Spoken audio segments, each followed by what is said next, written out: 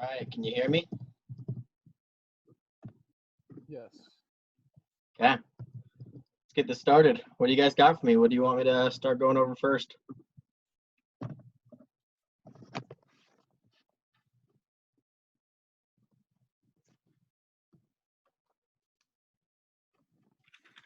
I have a few questions. I was going over the study guide that was just sent out, the main one. Okay. And I had questions on kind of the atomic spectra and all the light, everything, mostly everything to do with light. I feel like I forgot most of it. Yeah, okay. So let's talk about a couple things regarding light then.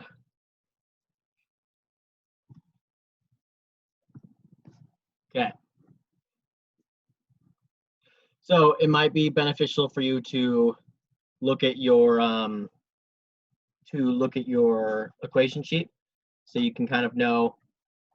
The equation sheet is always a good idea, especially for the math heavy units like this one, to kind of know what topics you need to look at.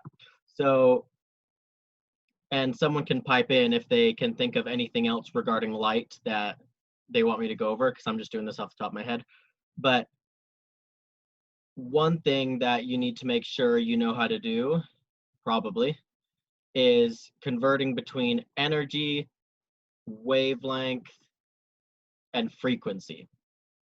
Because light has those three characteristics: energy, wavelength, and frequency, and you're able to interconvert between those with these equations. Sorry, did someone just say something? Okay, sorry. So we have this equation on your equation sheet. So that allows you to convert from energy to frequency. And then we also have this equation, which allows you to convert from frequency to wavelength, or vice versa. So that's kind of the beginning of what you definitely want to make sure you know how to do. Then we get into, let's say, the photoelectric effect. And that is the concept of, when you shine light with a certain energy at an element or at an atom.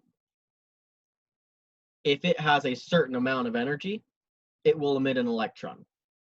So the equation on your equation sheet is given: kinetic energy equals the energy of light, right? We have that up here. The energy of light minus the work function.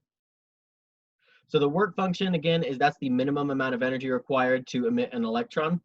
And so if the energy of light is higher than the work function, then the remaining energy is going to be kinetic energy of the electron. And then the kind of one last one that I can think of regarding light is we have the concept of these orbitals: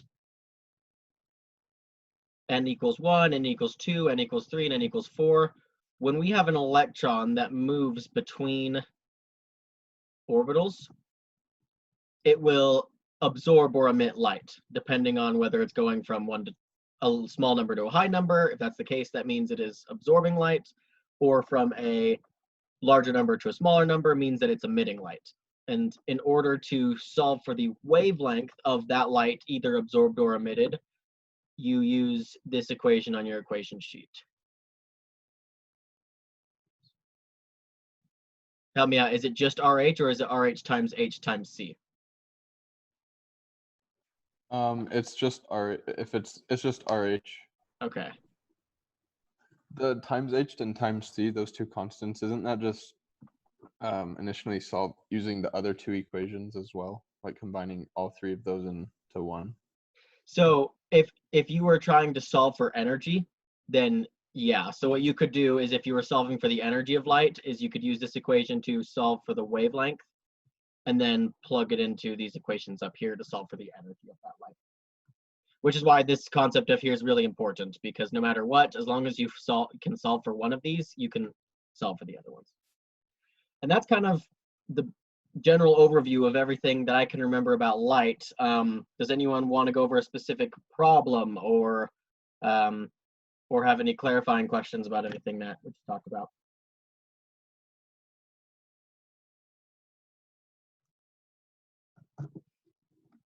So can we do maybe a work function problem? Yep. I don't have one in mind. I just maybe go over one. Yeah. Let me try to find one real quick.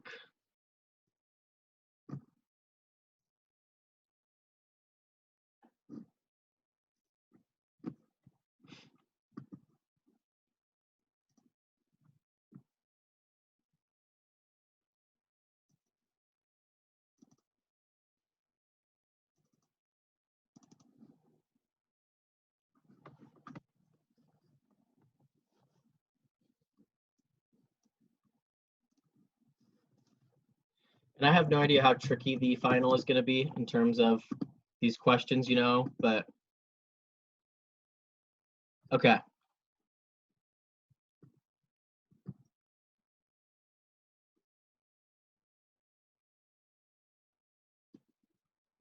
So here is an example that we'll do. So it says that the work function of a material is the minimum energy required to emit an electron from the material. So it's just giving you the definition of work function. And it tells you the work function of gold or of silver is 7.59 times 10 to the negative 19th joules. And the specific problem is talking about a woman who has silver earrings. And when she goes outside, light with 185 nanometers strikes the silver earrings. So the question is, will electrons be emitted from the material? And if so, what is the kinetic energy of those electrons?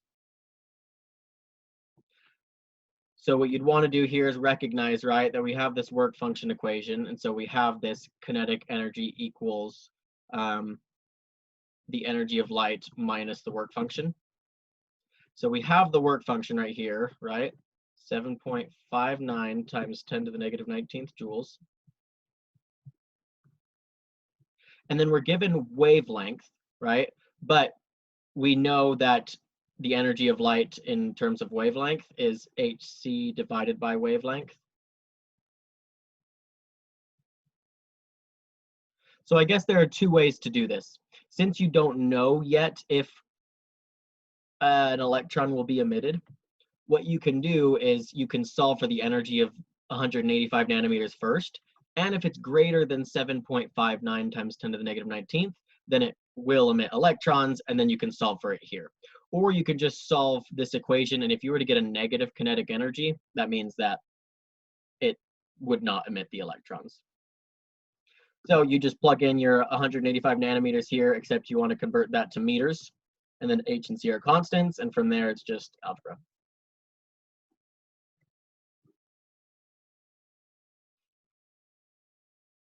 Okay.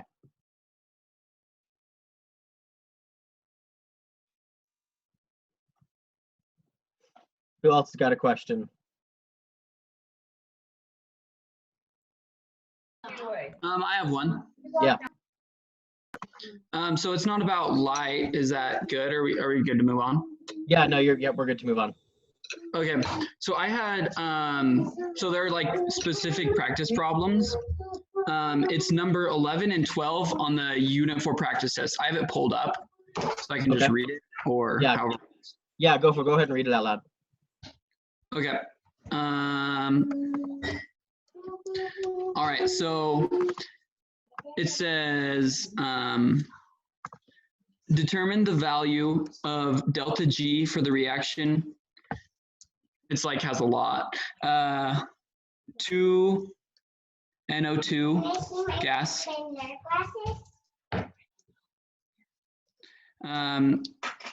becomes like the arrow for like reacts to become N2O4. Okay, so it wants the delta G of this reaction.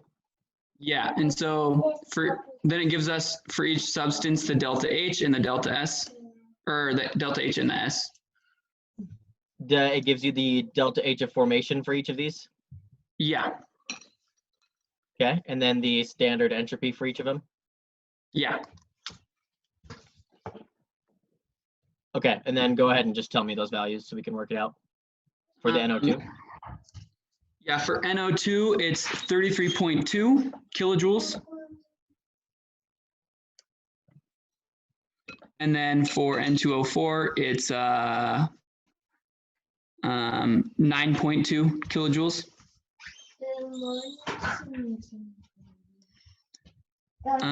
240 joules. And 304.2 joules. Okay, so let's talk about different ways that you can solve for delta G. There are two ways that you can solve for delta G. One is that if you are given the formation reaction, so if you are given delta G of formation for both of these, then you can do products minus reactants. You guys should all notice that at this point, you can do that to find delta H, entropy, and Gibbs free energy. As if you're given the formation or standard entropies for all of the individual reactants and products, then you can do products minus reactants to find the entire reactions, entropy, enthalpy, or Gibbs free energy. So you should notice, right, that we don't have delta G of formations for NO2 or N24. So we're going to need to use the other method, and this is the other method. Delta G equals delta H minus T delta S, and that's on your equation sheet. But these are all for the reaction. So I guess technically they should all say reaction right here. So we're looking to solve for the delta G of this reaction. With what we are given, can you solve for the delta H of the reaction? What do you guys think? How can I solve for the delta H of this reaction? Products minus reactants. Right, I can do products minus reactants. So for this value right here, I'll do 9.2 minus 33.2. For delta S, same thing, right? I'm going to do 304.2 minus 240. So the big question here is, what is the temperature? I'm assuming, David, you're the one reading the question, that these all have little circles right here. Correct. So that means it's under standard conditions, which is room temperature.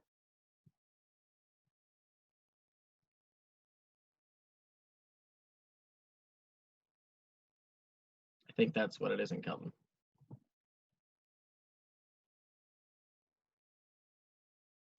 So you are just gonna plug in all those values and solve for delta G. Now, one very, very important thing here that I want to point out. Actually, I want to see if any of you are catching it. Can I just plug in these values as they are? So 9.2 minus 33.2 for my delta H, and then 304 minus 240. They have to be in kilojoules or joules. Okay, right. You will notice here, so I want to drive this home with you guys, at least for this unit. So the last like 14 questions on the final or whatever it's going to be. Units are so important because entropy values are almost always given in joules, and enthalpy values are almost always given in kilojoules. And I guarantee you on the test that one of the wrong multiple choice answers will be the answer you would have gotten if you didn't actually solve, or if you didn't actually convert to one or the other. So please make sure you convert to the same unit. But once you've done that, and of course converted to Kelvin, then you can just plug it in and solve for the delta G of the reaction. Hey, Adam, can you say which one is kilojoules and which one is joules for entropy and enthalpy? Generally, delta H is enthalpy is given in kilojoules, and entropy is given in joules. But that's just as long as you convert it to the same unit, doesn't matter at all. Okay, thank you. Yep. Okay, so does that answer your question, David? That make sense? Yes, that does. I think what tripped me up was like, since there's the circles right there, the knots, that I didn't realize it was standard conditions 25 degrees, and that's why I couldn't find an answer. Gotcha. Yeah. So I would probably know how to do that. I could see that showing up on the exam. Let's talk about while we're on this subject, let's talk about the signs for this equation. Okay, and my guess is that this would be important as well. So, what does a negative delta G mean? You definitely Spontaneous. should know this. Yep, thank you. So a negative delta G means it's spontaneous. So what I'm about to say here, you'll want to know all the different combinations, okay? So let's say I have a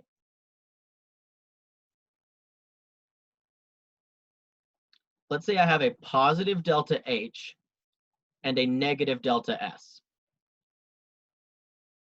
Will my delta G be, and it's going to be one of four options. Will it be always spontaneous, never spontaneous, spontaneous at high temperatures, or spontaneous at low temperatures? Those are the four options, okay? So everyone think about it for a second. I want you to try to figure this out on your own. If I have a positive delta H and a negative delta S, will delta G be always spontaneous, never spontaneous, only spontaneous at high temperatures, or only spontaneous at low temperatures?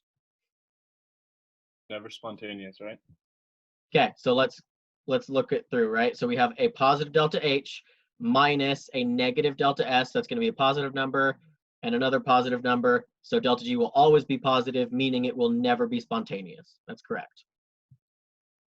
So now let's just do one more example. Let's do positive and positive. Think about that one for 10 seconds.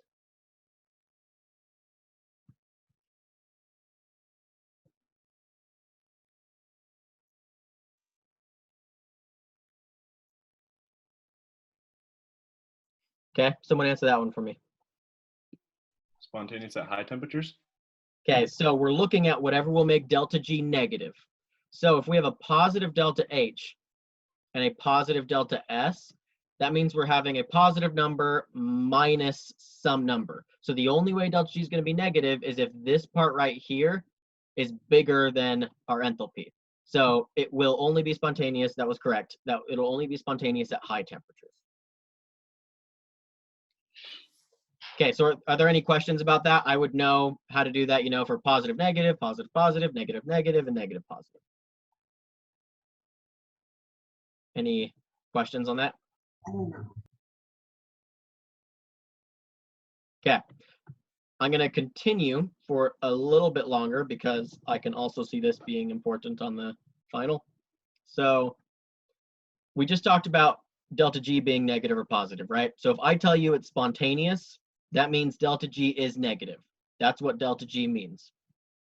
That's what the sign of delta G indicates for you. Let's talk about delta H's sign though, enthalpy. You will want to know whether, let's see how I want to word this. Okay, so first of all, a positive delta H is the same thing as endothermic. A negative delta H is the same thing as exothermic.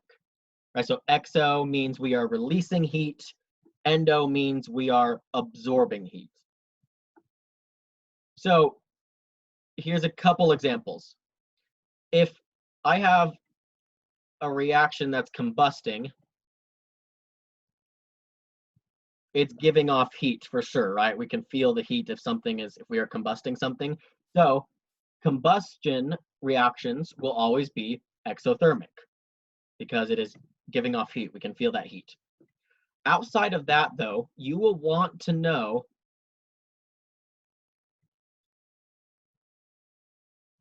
whether phase changes are exothermic or endothermic. Now you can memorize this, or you have a note card, so you can also write it on your note card. But I always like to write this on my note card because sometimes it's not intuitive. Is gas to a solid, which is called deposition. You want to make sure you know what deposition and sublimation mean. It's hard to know whether going from a gas to a solid, at least for me, whether that's endothermic or exothermic, right? So here's a little trick that I want to make sure you all know. If we go from a solid to a liquid, let's think about ice. In order to get ice in order to get ice to water, do we have to put heat into it, or are we taking heat out of it? Heat in. Heat in. So which one is it going to be, Spencer? Endothermic or exothermic?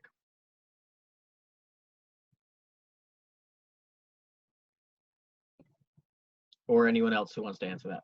Endothermic. Endothermic, right? We are putting heat into the system, so it's going to be positive. That one is intuitive for me. Going from a solid to a liquid is endothermic. So these phase changes are all endothermic. These phase changes are all exothermic. So you should tell me whether deposition, you tell me, think about it for a second, is deposition endothermic or exothermic? And then once someone has it, go ahead and shout it out.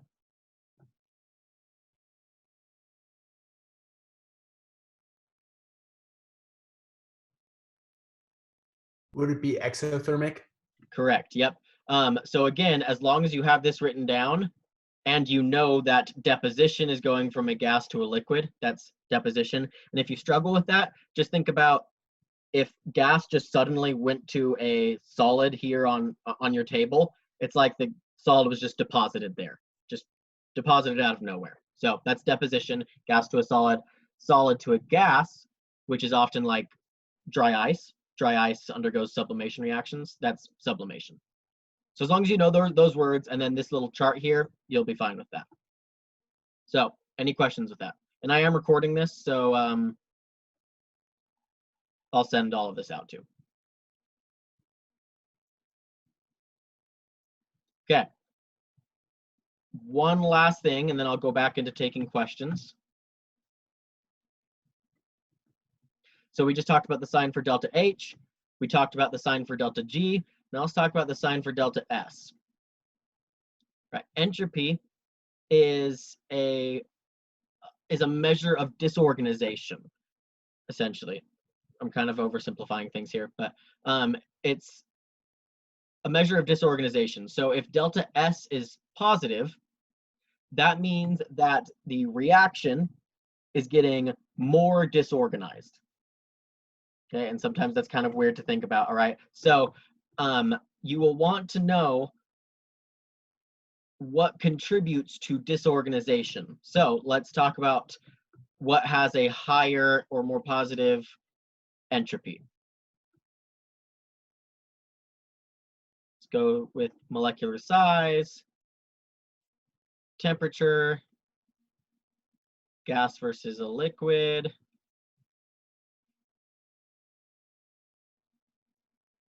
number of moles, volume. That's all I can think of off the top of my head. Okay, so on your own for 30 seconds or so, I want you to tell me what will have a higher entropy. Bigger or smaller size, higher or lower temperature, gas or a liquid, higher number of moles or smaller number of moles, bigger volume or smaller volume.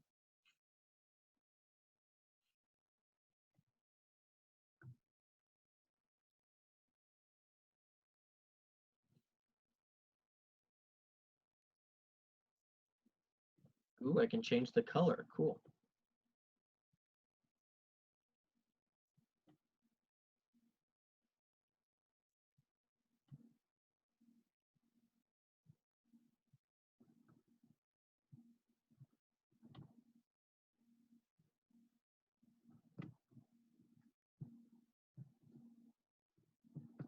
Okay, those are your answers for you.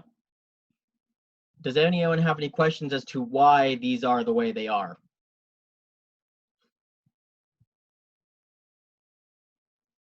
Can you briefly explain a little bit?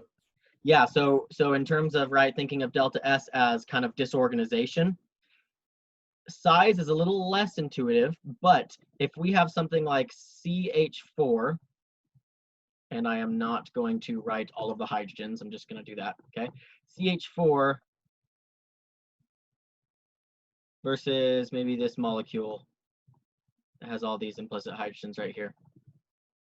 So the reason why a bigger molecule has higher entropy is because all of these bonds can be found in different states, right? They're all rotating, they're all kind of vibrating and moving around. So the bigger the molecule, the more, or the more like complex the molecule, I guess you could say, like the large number of bonds and everything, the more, we call it microstates it can be in, the more disorganization it can have. So higher entropy. If it has a higher temperature, you can think about it as it's moving around faster.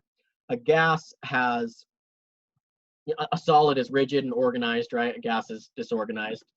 Number of moles, if you have more molecules, then there's more states that all of those molecules can be in. And similar with volume, if you have a greater volume, those molecules can occupy different microstates within that volume. So that's how we've got those different values there. So those all have a high entropy then? Correct. Yep.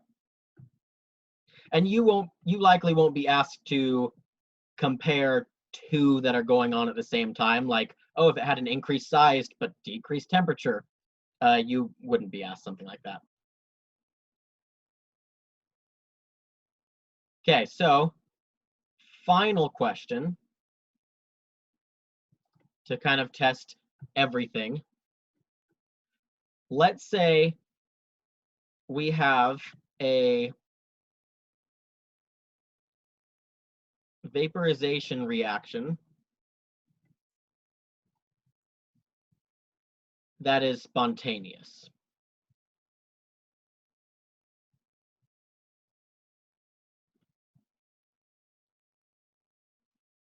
Okay, I want you to tell me what the sign is for delta G, delta H, and delta S. So it's a vaporization reaction that's spontaneous. Think about it for maybe 30 seconds.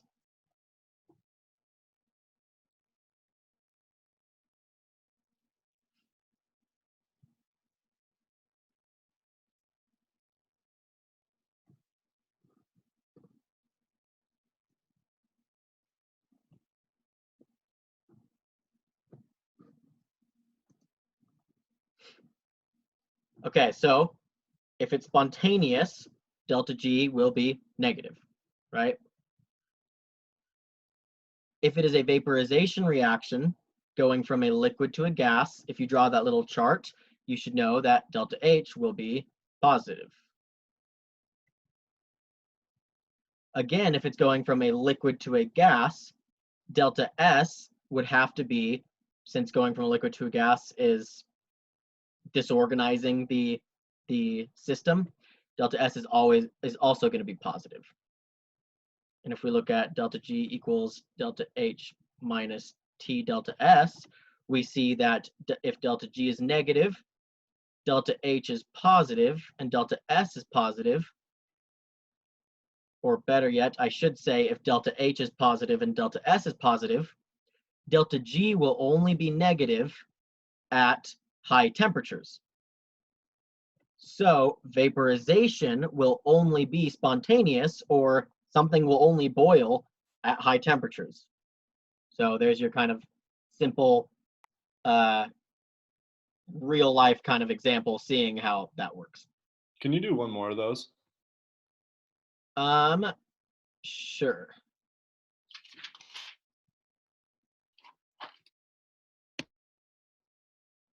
So let's say it's again a spontaneous reaction, but it's going from a, let's say it's freezing. Sorry. Freezing, that says. So it's a spontaneous reaction that is freezing.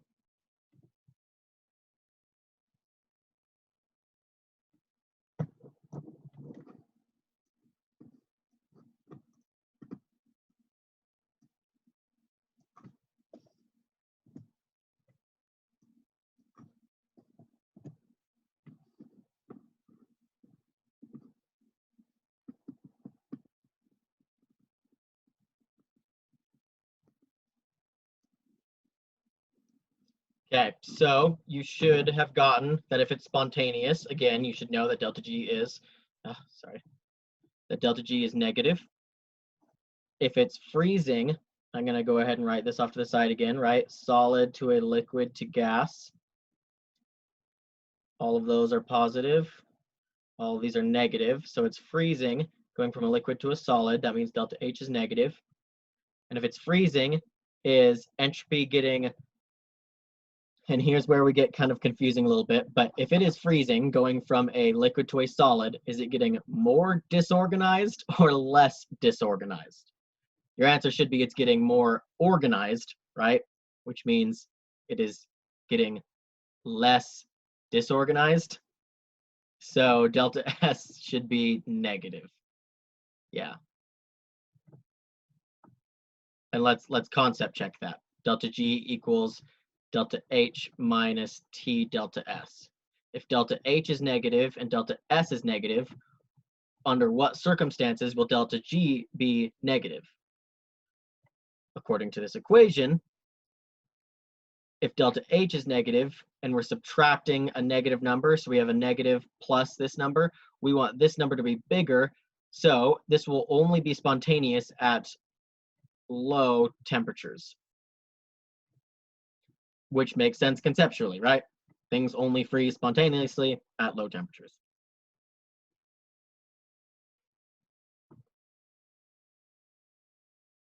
Okay.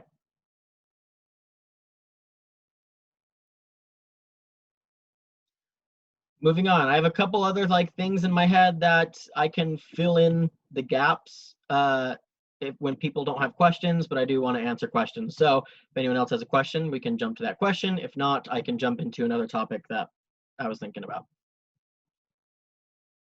I had something with that. Mm-hmm. I know those were the ones we just did were slightly different, but we did practice problems with they'd give us I think it was delta S of the universe is spontaneous. Is that the same thing? Those questions saying what are the signs of everything else? No, not quite so much. I don't think this will show up on the final, but another one of the laws of thermodynamics states that delta S of the universe is greater than 0 for spontaneous reactions. Delta S of the universe is the same thing as saying delta S of the system. I should write system there instead. Delta S of the system plus delta S of the surroundings. Ooh, excuse my bad handwriting, right? So if it's spontaneous, that means that delta S of the system plus delta S of the surroundings should be greater than 0. And on your problem sets, what they gave you is they were like, oh, delta S of the system is 60 joules. If it's a spontaneous reaction, what is delta S of the surroundings going to be? It will be some number greater than negative 60 joules. That's what they did to you kind of on the problem set. I don't think they will ask that on the final.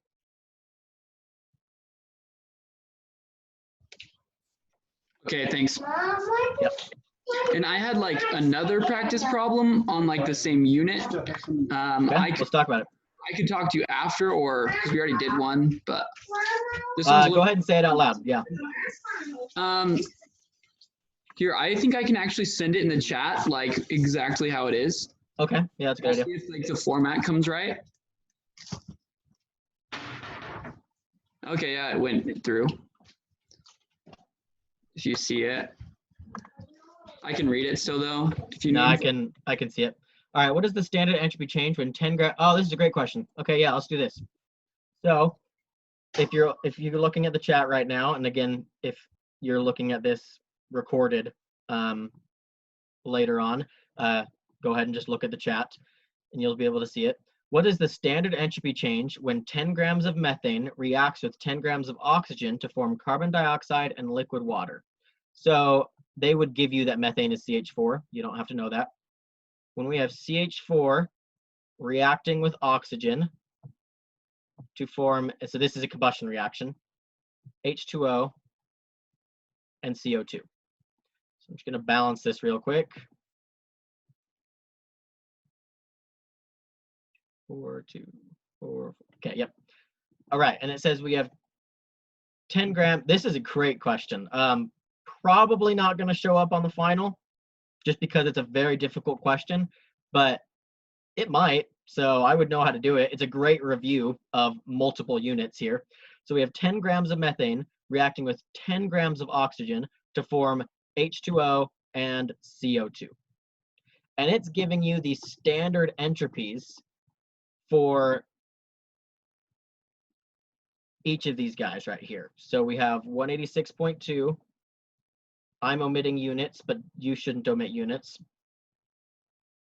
205, 70, and 213.6. So what you should think first is, how can I solve for the delta S of this reaction given this information?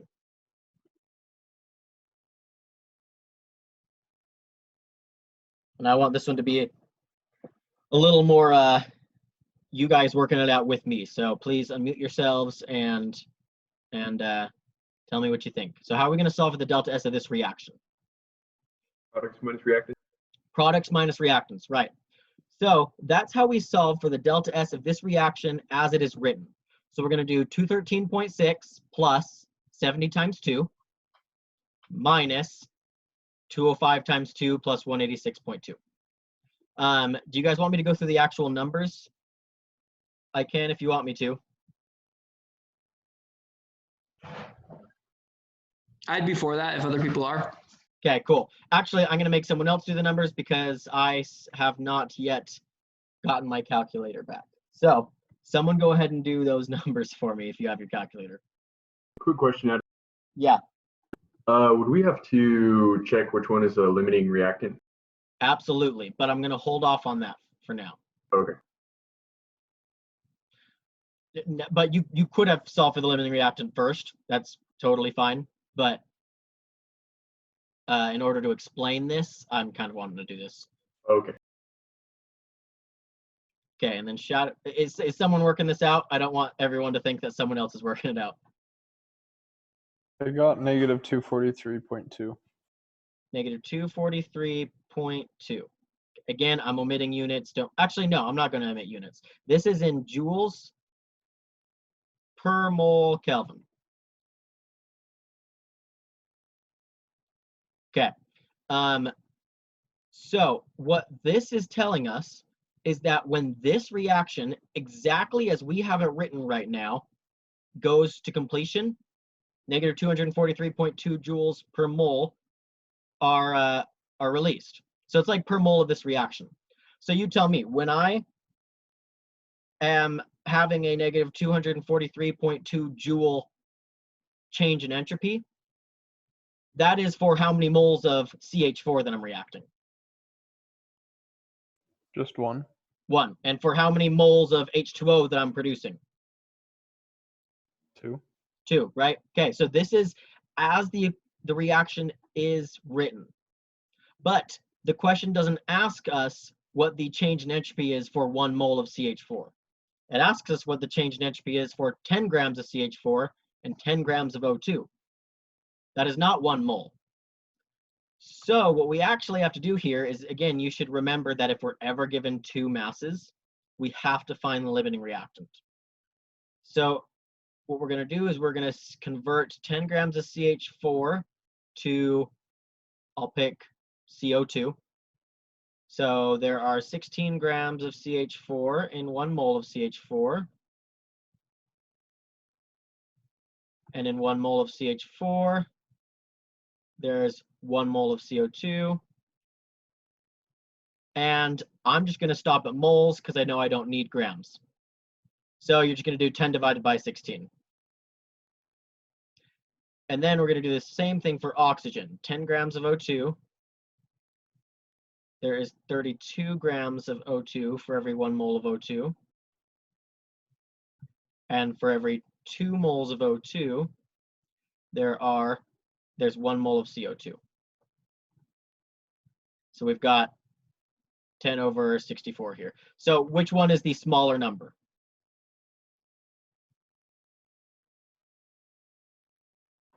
O2.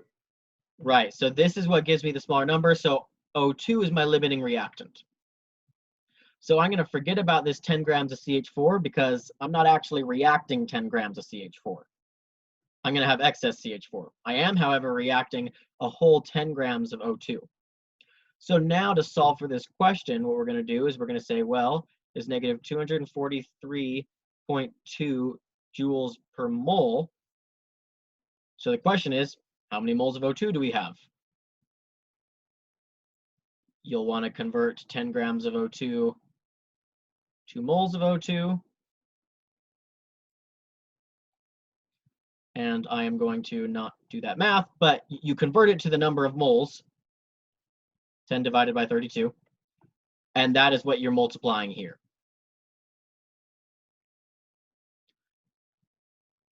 Except, I almost got tripped up here. Is this how much energy is released per mole of O2? According to this reaction right here? For 2 moles, yeah.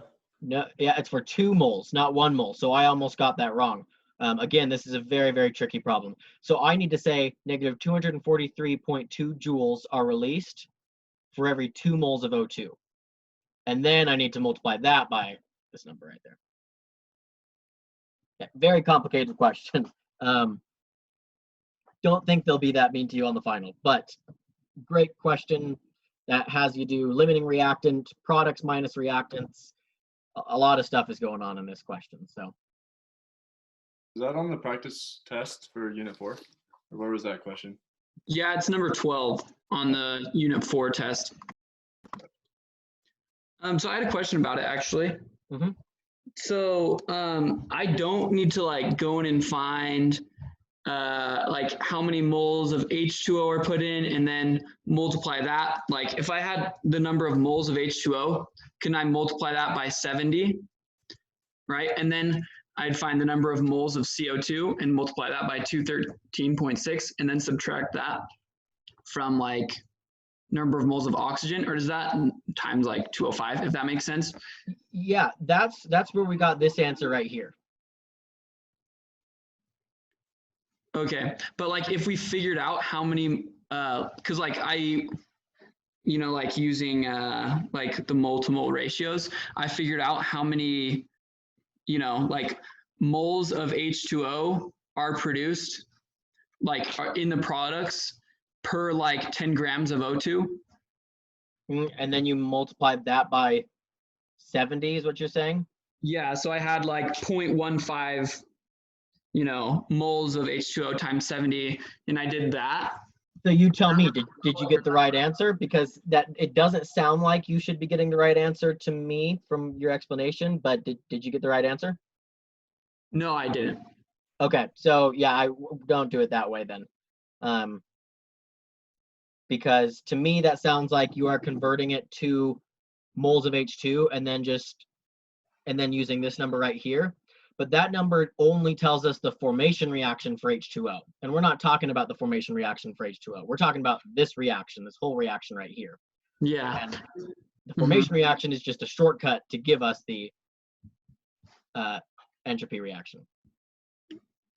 Okay, I see. Because yeah, like I still did products minus reactants. I did it for H2O, for CO2, and then got those numbers minus the first ones. But okay, this is simpler too, the way you did it. So okay, good. Less math for sure, I think. So thanks. Cool. Yeah. Okay, so any other clarifying questions on this before I erase it?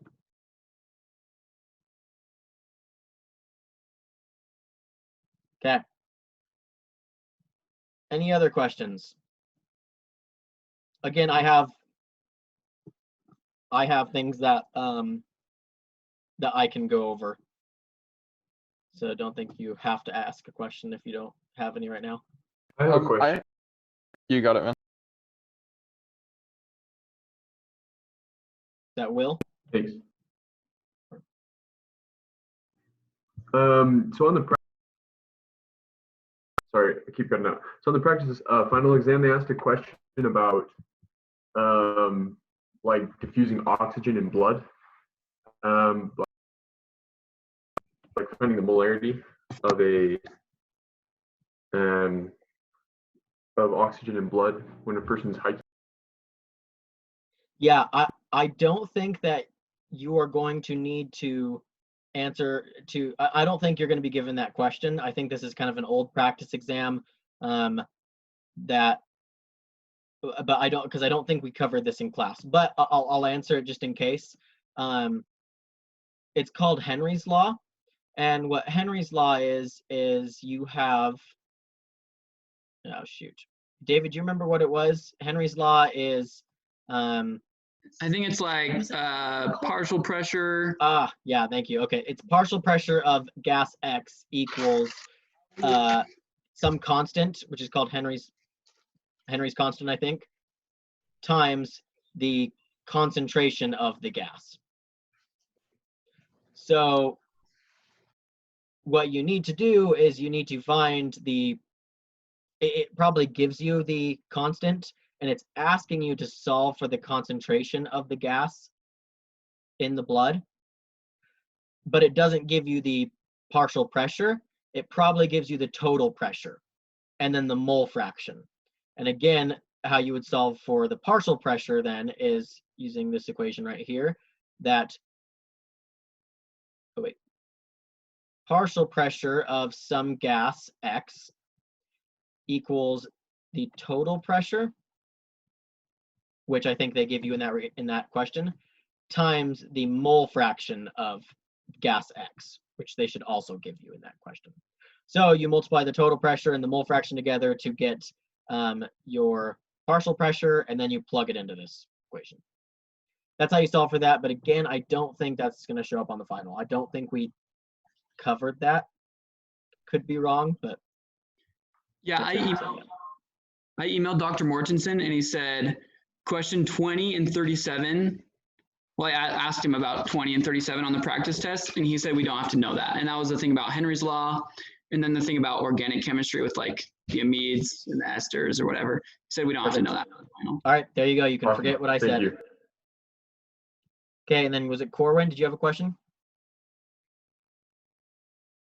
Yeah, so it was kind of along the same path of enthalpy and entropy. It's kind of figuring out what the enthalpy is from like the MC delta T, that equation, and the other two that you need to use for phase changes or temperature. Can we go over maybe a problem like that? Yeah, let's talk about these ones. So we have different equations we learned for heat. In fact, there were 3 different equations that we learned for heat. One was MC delta T, N delta H, and heat capacity of the calorimeter. That's what that C-cal means, C-cal delta T. So these equations are used under different circumstances. So if we're solving for the heat involved in a temperature change, we use MC delta T. When we're trying to solve for the heat change, or the change in heat when we have a reaction or a phase change, and a phase change is just a kind of reaction, right? So that's why these are the same. We use N delta H.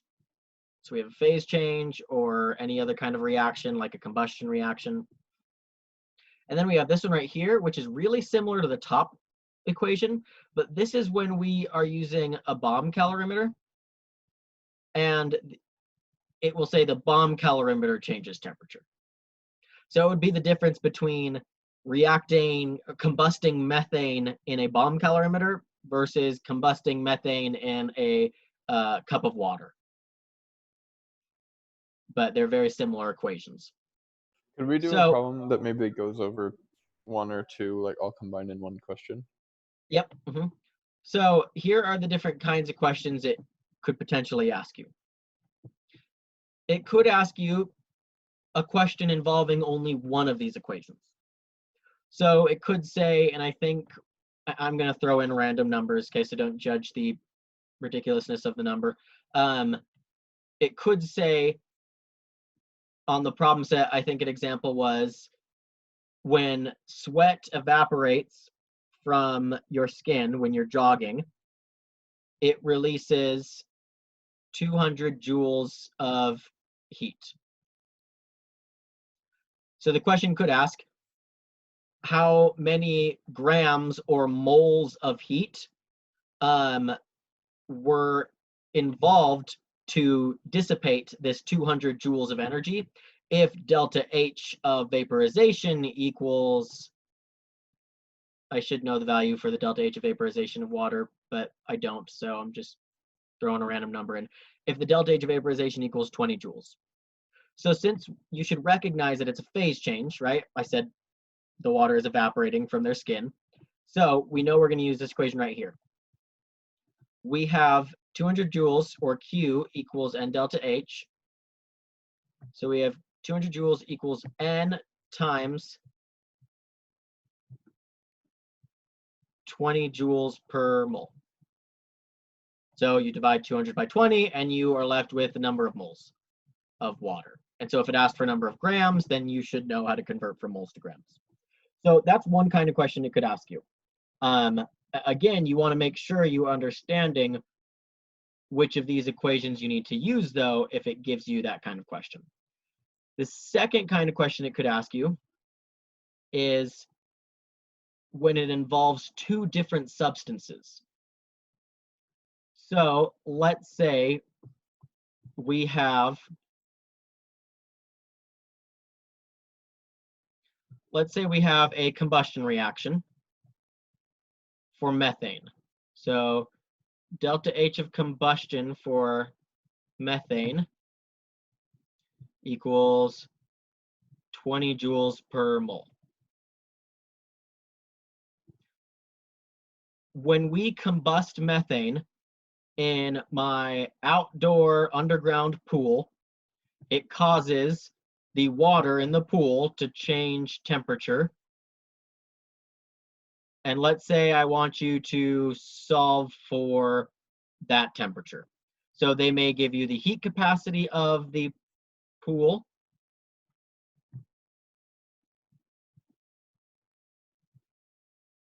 And how much, again, excuse my numbers, I'm just throwing random numbers.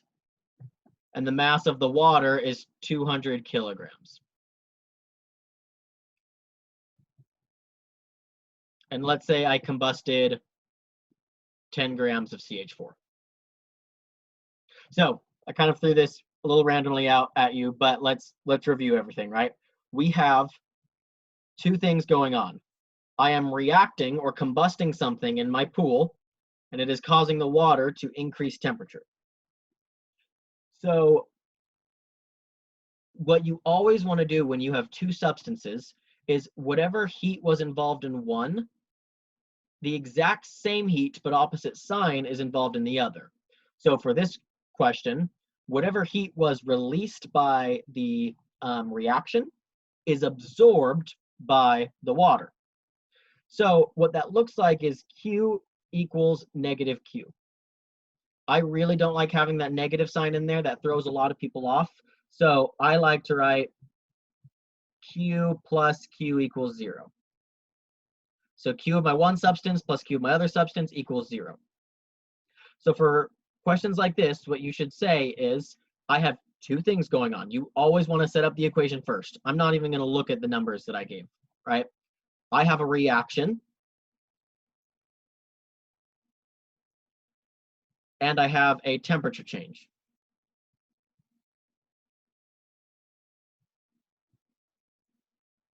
Now that I have set up my equation, I can then plug in my numbers. Do I have, so this is for my reaction, and this is for my H2O. I gave you the number of grams of, again, you always want to watch for your units, right? So I gave you the number of grams of methane, so you want to convert that to moles. I gave you the delta H of combustion for methane. I gave you the mass of water. I gave you the heat capacity of water, and I asked you to solve for temperature. So you have all variables you need but one, and from there, again, it is algebra. So those are the two kinds of questions it could ask you, where it may just ask you to solve for the heat change in one substance, or it may give you two substances and you need to do this Q plus Q equals 0, and you want to make sure to set it up like this. So let's say I actually combusted my methane in a bomb calorimeter instead. Well, then I would have said, oops, my reaction, N delta H, plus my Q for bomb calorimeters, C cal delta T, equals 0. So again, always set this Q plus Q equals 0 equation set up first. Are they ever gonna ask you a question where you need to add all three equations together? Not all three of these. I can't think of an example where they would do that, but it could be three. There could still be three equations though, and let's go through an example of that. On your problem set, and I'm not even going to give numbers here because the most important part is that you set it up correctly. On the problem set, it said, oops, I drop some water on my hot iron while I am ironing my clothes. And the water goes from 60 degrees Celsius and it evaporates into steam at 100 degrees Celsius. And then of course my iron is going to decrease in temperature. So I again have my water and then I have my iron.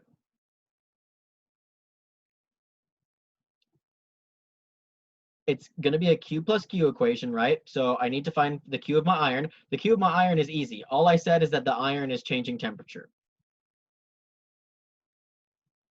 So that's the Q for my iron. But what is the Q for my water? I said that the water is at 60 degrees Celsius and then it evaporates into steam at 100 degrees Celsius.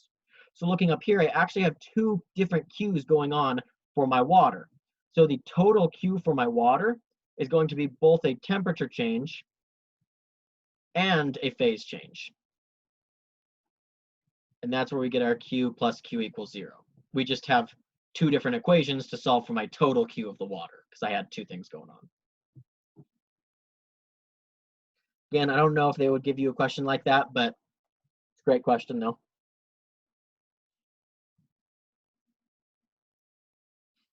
Does anyone have any other questions on this? Because I have something I want to talk about that is related to this that I will move on to before we go into any different questions.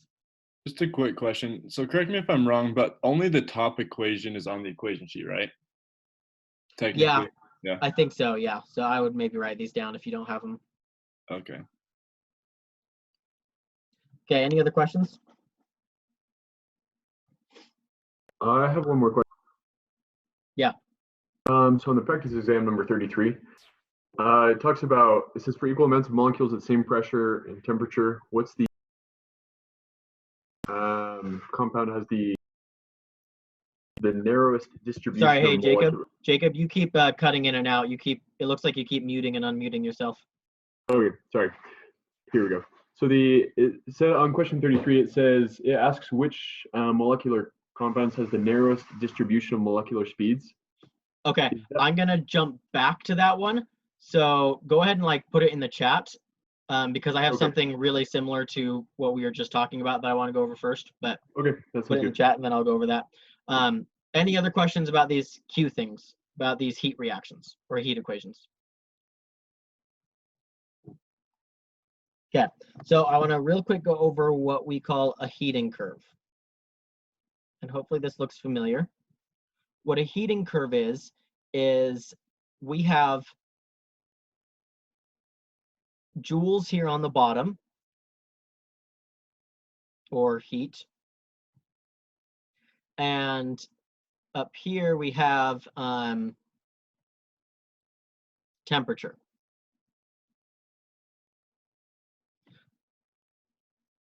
Down here, don't let this confuse you. It may also say that this is time, but if it says it's time, they would have to indicate that they are putting in a constant amount of joules consistently. So if it says time, you can just think about it as joules. So what this heating curve looks like,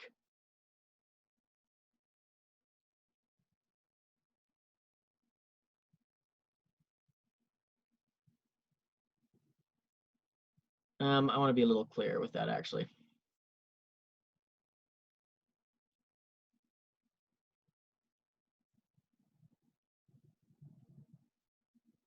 Okay, this is my heating curve. This heating curve indicates all three phases that a substance can be in. So at a low temperature, right, we have a solid. And then right here we have a liquid. And then right here we have a gas. So as you can see, this is indicating, this is temperature, that as we are increasing the amount of heat we put into the system, different things are happening to our substance. So right here, and let's just say it's water, right here we have ice increasing in temperature. Someone tell me what's going on right here. That's supposed to be a flat curve, but it's sorry, not a flat curve. It's supposed to be a flat line. Someone tell me what's going on right there. Isn't that just where the temperature stays the same until everything is ready to change into a liquid or something? Yeah, so right here, since it's a straight line, right, temperature is staying the same. And in this case, if it's water, it will be at 0 degrees Celsius. That would be 100 degrees Celsius. So just like you were saying, there is no temperature change, but we're still putting in heat, right, according to this curve. So where is that heat going? That heat is going into the phase change. So this is where we see our Q equals MC delta T and our Q equals N delta H. Right? This is the heat involved for the phase change. This is the heat involved for the temperature changing. Okay, now let's ask a couple questions then that could be very tricky about this heating curve. I want to give you these values right here.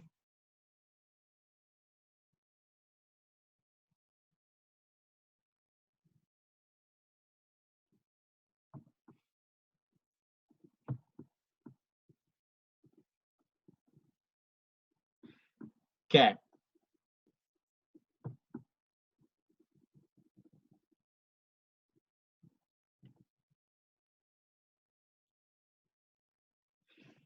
This is a very tricky question that a lot of people have struggled with, but I want you guys to look at this and try to tell me what the delta H of vaporization is.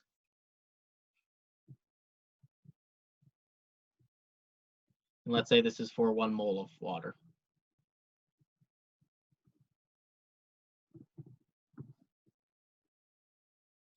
Okay, I want you all to think about that for a second. And then once you figure that out, I then want you to tell me, and this is not to scale, so this isn't going to be the right answer for water, but I then want you to tell me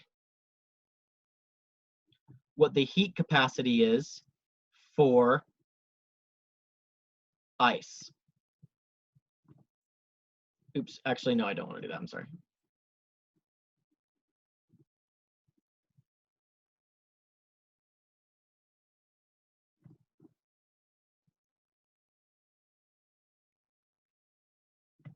Let's do the heat capacity of the liquid water.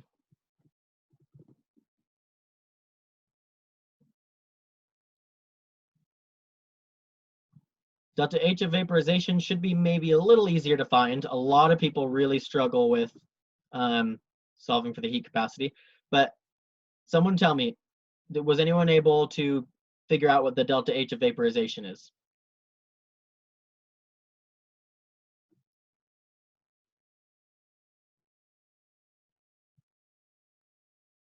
I'm pretty lost. Do you not need moles to figure that out? So I'm saying that this is for 1 mole of water. Gotcha.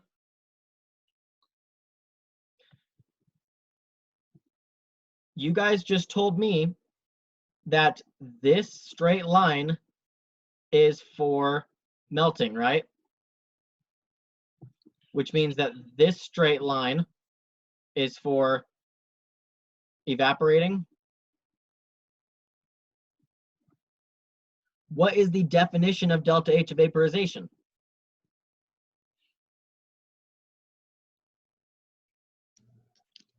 Is it the amount of energy we need to like make its phase change?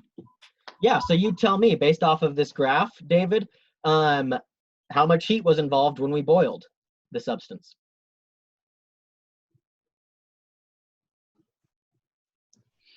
Wait, sorry, I don't understand. Okay, I want to prod you guys a little bit, right? We have these numbers here, right? We have boiling. So, my question is, I mean, I think you just kind of plug in the numbers to the Q equals N delta H equation. It's simpler than that. But okay, so I'm just confused. Is it the 70 or is it like 70 minus 40? So just 30.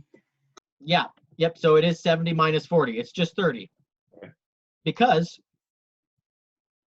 in order to get from a liquid to a gas, we had to input 30 joules. Okay.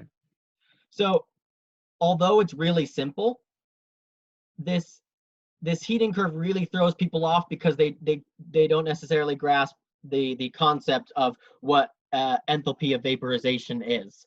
All it's saying is it is the heat change when we go from a liquid to a gas, and that's what this allows us to see.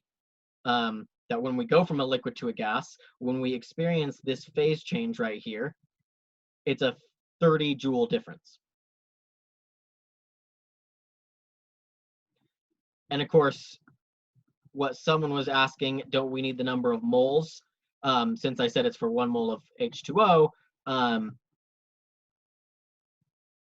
we didn't really need to know that. We could have we just took the difference because it's just 1 mole of H2O. Okay, so now you should pretty clearly be able to tell me what is the delta H of fusion.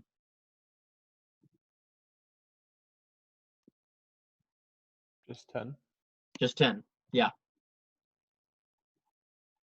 All right, are there any questions about that?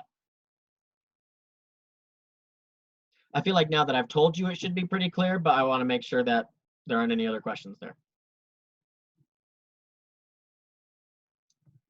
Okay, so now let's get into this slightly trickier one, the heat capacity of a liquid.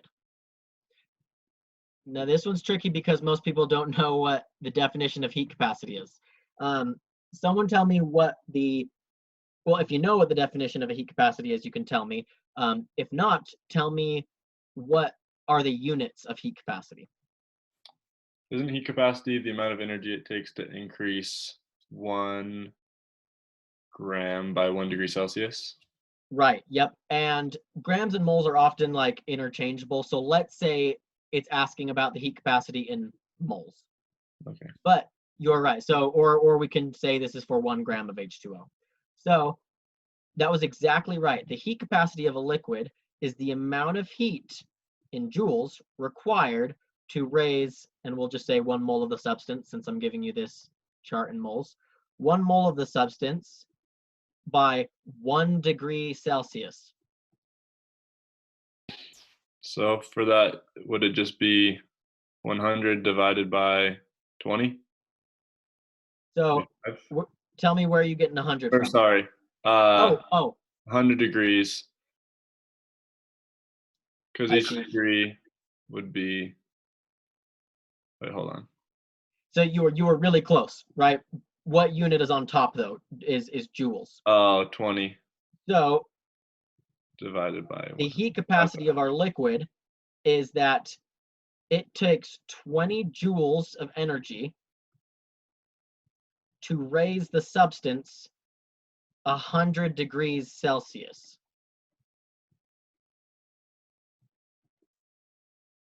So divide that out, you get 0.2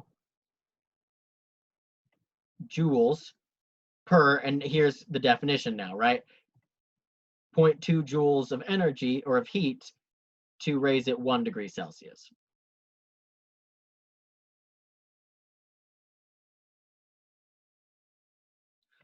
So now here's the final question. What has the greater heat capacity? The solid or the liquid?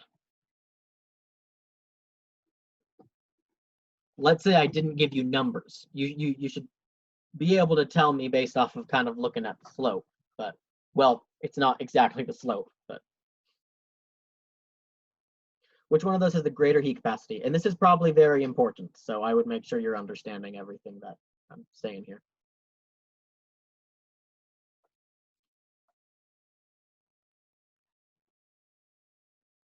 Someone chime in. Which one has the greater heat capacity?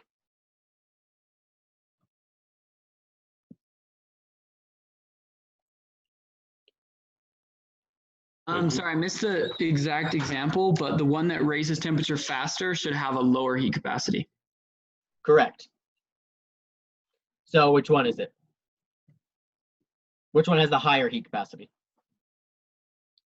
The delta H of vaporization. So we're not talking about phase changes here. These are our phase changes right here. Heat capacity, because there is no temperature change when we're boiling or melting. I'm talking about this guy right here, which is my heat capacity of the solid, and this right here, which is my heat capacity of the liquid. Liquid will have higher heat capacity. Liquid will have the higher heat capacity, right? So we're not actually looking at the slope, right? Because the slope would be rise over run, temperature over joules, but we did joules over temperature, right? So don't let that throw you off. So the question could potentially ask, what's larger, delta H of fusion or delta H of vaporization? You should be able to tell me, based off of this curve, this heating curve, that delta H of vaporization is larger. Because that's clearly a longer line than this one. It could also ask you, like I said, what's greater, heat capacity of the solid or heat capacity of the liquid? Just like we talked about, it's the heat capacity of the liquid. Okay, any clarifying questions with this heating curve? Because people really, really struggle with this. And although it might only be like 1 or 2 questions on the final, every question counts. So Is heat capacity of liquid always greater than heat capacity of a solid? I don't know the answer to that. I'm still a bit confused on the heat capacity and which one's greater and lower. Yeah, so were you able to do this over here? No, I didn't remember that, no. Okay, so the heat capacity is defined by the amount of heat. Let's get a different color in here. The amount of heat, Q, to raise the temperature, T. So the heat capacity of the solid, this is my solid right here. So to find the heat capacity of my solid, I take 10 joules, because that's how much energy was required to raise it from, and I'd have to give you a number here, let's say -20, to raise it 20 degrees Celsius. Or if I wanted to find the heat capacity of the liquid, I would say from 20 to 40, to 20 joules to raise it from 0 to 100 degrees Celsius. That's how you find those heat capacities. Or the smaller the sloped curve, the greater the heat capacity. So the smaller, like the not as steep slope is a smaller heat capacity? Correct. Yeah, so this one had the greater heat capacity. And I'm starting to get real messy with all these colors and everything. So hopefully that all made sense. If not, go ahead and go back and rewatch it, and hopefully you're able to understand that. But I have one more quick question. Yeah. That equation, the joules over moles times temperature for the heat capacity, is that pretty standard? Like, could that be something I could write on my note card? yeah, or joules per gram degree Celsius, either one. Okay. But it's not necessarily something that you would probably need to put on your note card though, because there's probably going to be multiple questions where they give you the heat capacity with those units anyway. Oh, So okay. Gotcha. Yeah. Cool. So you said the steeper slope has the higher heat capacity? no. So if we have our heating curve like this, and we have a really steep slope versus a not so steep slope. This one has the higher heat capacity than this one. Okay, cool. Because it takes more energy to raise the temperature. That's joules and this is degrees Celsius. Okay, so if there's no more questions on that, we'll go ahead and move on to Jacob's question. So he's got it in the chat there. For equal amounts of, oh, I don't think that they're going to ask you this question, but it's something that is like on one slide of his lecture notes or on the lecture slides. It says for equal amounts of molecules at the same pressure and temperature, which compound has the narrowest distribution of molecular speeds? So we've got CO2, SO2, and C3H8. All you do here is you take the molar masses of each of these substances, and someone might have to correct me if I'm wrong, or go look it up on his PowerPoint slides, but all it is it's the molar mass that determines the distribution of the speeds. I think the higher molar mass has a narrower distribution of speeds. Again, I don't think that'll show up on the test, but it's just something that you could write on your note card, or just remember that a higher molar mass will have a narrower distribution of speeds. But maybe double check on that before just writing down what I said. It is in his lecture slides, or you can Google it real quick. Okay, thank you. Yep. So like conceptually on that, is it going to be narrower because they're heavier and so they just can't move as fast, kind of? That's what my best guess is, yeah. Okay.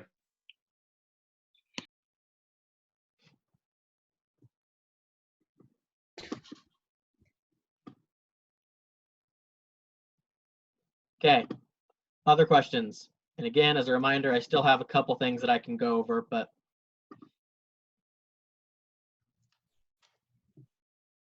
I've got a question. yeah. So this might be something more that we'll have to figure out for ourselves, but what would you recommend us putting on our note cards? Are there any specific like equations that you would recommend us putting on there? Any specific reminders that you would recommend? Let's see. I would, if you don't have like molecular geometries memorized, it might be kind of a hassle to go back and figure all of that out, and remembering all those molecular geometries. So I'd maybe, if you don't have that memorized, I'd write molecular geometries down, but it is very personal. As you're studying, if you come across something that you're like, shoot, that's a lot of work that I have to do, and you understand it conceptually, it's just something you have to like memorize, then I would write that down. Okay, thank you. Yeah. Could we go over quantum numbers? Yeah, great. I love quantum numbers. So we have 4 different quantum numbers. The principal quantum number, the angular momentum quantum number, oh shoot, I think that's the angular momentum quantum number. I'm getting the names mixed up. We have the shell, N, the subshell, L, the orbital, ML, and then the electron, MS. So if you remember, each of these is like an umbrella, right? So we have the n equals 1 umbrella, the n equals 2 umbrella, and the n equals 3 umbrella. In each n level, there's different numbers of L's. So maybe in this one we have 1 L umbrella, and in this one we have 3 L umbrellas, and in this one we have 5 L umbrellas. So just remember that these are umbrella terms, and that in each shell there's going to be multiple subshells, and then in each subshell there's going to be multiple orbitals. So let's talk about how to determine how many subshells and orbitals are in a shell. So if I give you that n equals 3, n can be any number from 1 to infinity, the number of subshells that fit into a shell is determined by going from 0 to n minus 1. So if I tell you that n equals 3,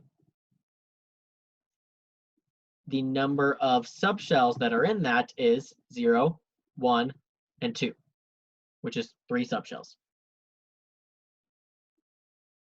Now within each of these subshells, there's going to be a specific number of orbitals. And how you find the number of orbitals is you go from negative L to positive L.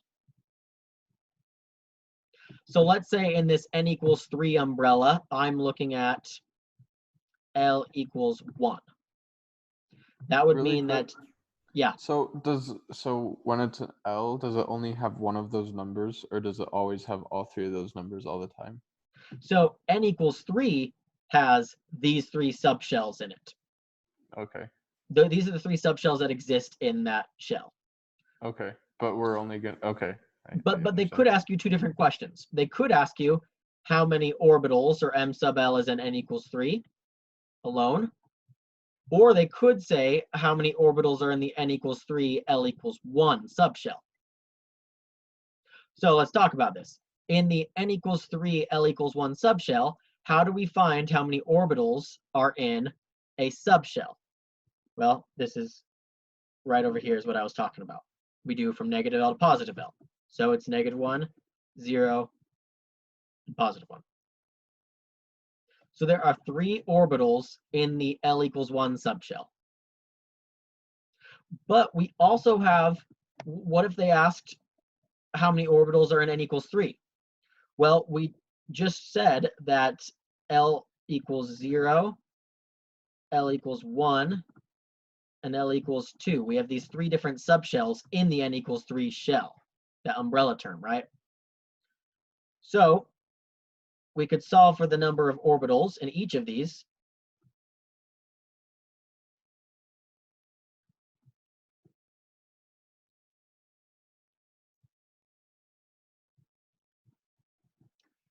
And that is the total number of orbitals in the n equals 3 shell. There's 1, 2, 3, 4, 5, 6, 7, 8, 9.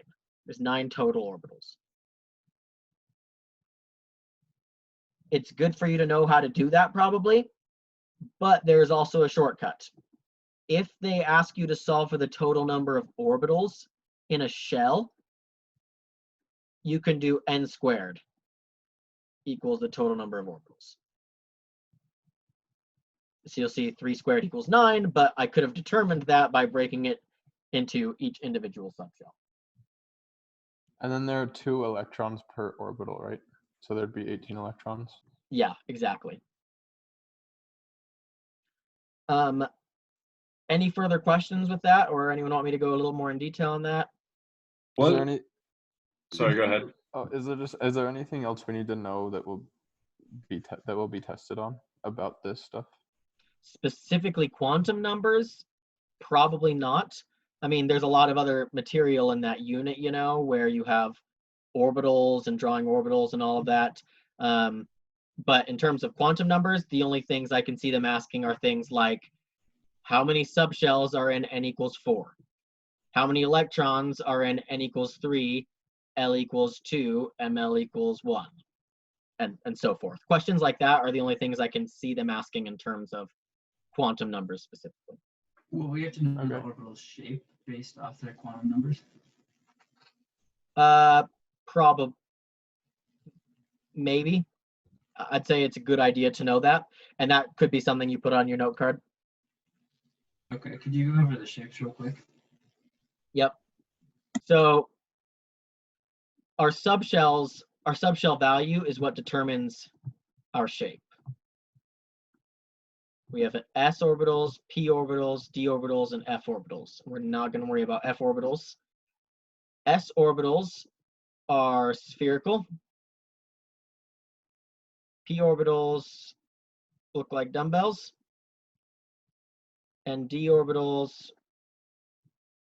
look like the 4-leaf clovers.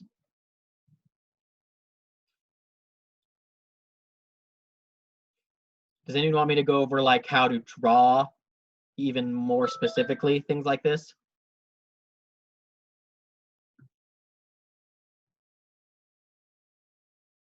Or are you guys good? Maybe the nodes, like how you find. Yeah. that. So since it is multiple choice, you probably don't have to draw it, but you could be asked to identify what kind of orbital this is. Meaning, like, is it a 2s orbital, a 2p orbital, a 3p orbital, or a 3d orbital? Let's say those are your multiple choice options. So first things first, what kind of orbital is this? What subshell, sp or d? P. It's a p orbital, right? You should know that just based off of the shape. We also know that the total number of nodes is equal to n minus 1. These are our n's right here. So how many nodes can you count? 2. Right, here's one planar node, and then there's this circular radial node. So what's my n? 3. 3. So my answer would be 3p. Anyone want one more example? What's the easy way to count the nodes again? There's no easy way. It's just knowing what a node is. So knowing what planar nodes look like and what radial nodes look like. Okay, and then so the n minus 1, wouldn't that be? That tells you that's- how many total nodes there are. So it's 2 equals n minus 1. So n equals 3. Which is why this was the Gotcha. right answer. So if it had the if n was equal to 3, it would oh wait. Okay, so if they gave you n and it was equal to 3, that's how many nodes it has. If n equals 3, there's going to be 2 total nodes. Okay. Let's do another example. Let's do an s orbital. My really lopsided egg. All right, that's much better.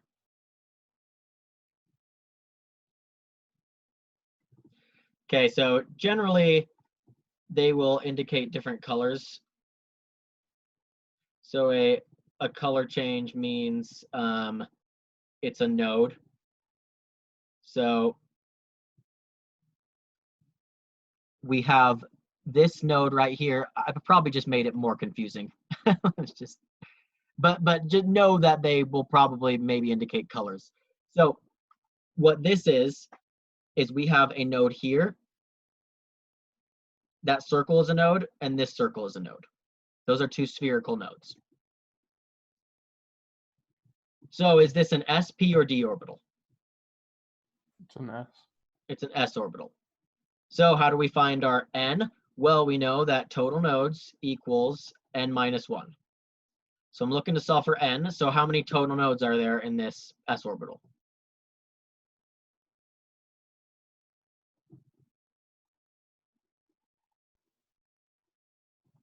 Someone shout it out for me. Aren't there 2 nodes in that s Yep. orbital? Exactly. There are 2 total nodes in this s orbital. So what does that make n equal to? Oh, 3. So our answer is that this is a 3s orbital.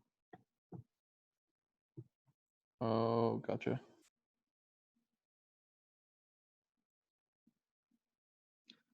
Okay, hopefully that helped a little bit.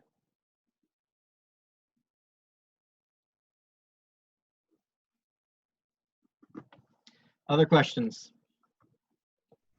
I had a question about atomic radius. Okay.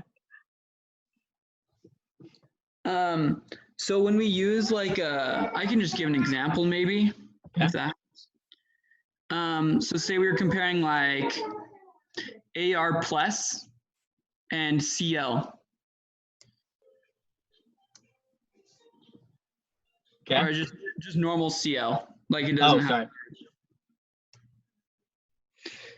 And then like, I mean, we can do the same thing with like, I'll just do it like a line lower, BR minus.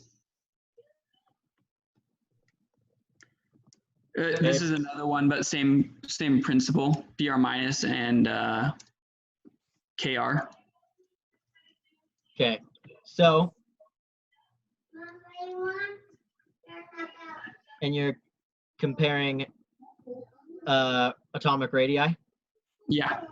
Okay, so if you have the periodic table up, is this an example that they give you, argon plus? No, I just like made that up just Okay. barely. Cool. So, yeah, so recognizing, right, argon isn't going to form a plus charge, but let's let's just switch that up just for the sake of making just a tiny bit more sense. So argon and chlorine minus. I assume that is the same kind of example that you want to go over, David? Same principle? That they're both isoelectronic?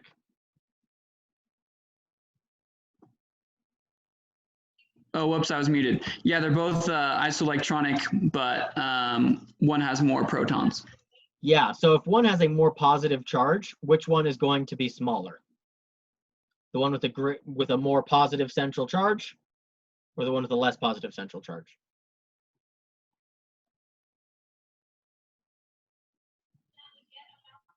More I'm not. positive. Right, more positive, because if it's got a greater positive charge, it's going to be pulling in the electrons much better than a smaller positive charge. So if it's isoelectronic, like in this example, argon and chlorine minus both have the same number of electrons, you're just going to look at the number of protons. The one with the greater number of protons has a greater positive central charge and will therefore be smaller because it's pulling the electrons in. And bromine minus and krypton is the same example. So krypton would be smaller in this instance. Okay, and it's like that even though like size goes up as we go left across the periodic table? That's size for non-ions. Okay. Because that trend exists because we're differing the number of electrons as well as we go that direction. But with an ion, we are making it so that the number of electrons stays the same. So there is only one thing that's changing, and that is the number of protons that there are.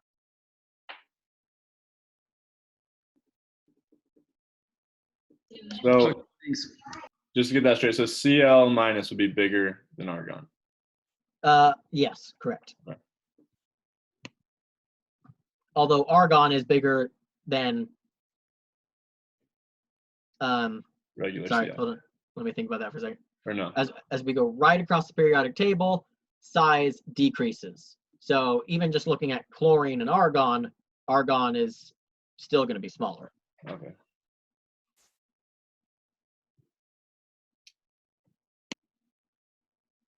Could you do one example with like a plus charge maybe? So I mean, it's the same thing, but like, let's say neon and sodium plus. yeah. Okay, so if they have the same number of electrons, you tell me, which one do you think is going to be smaller?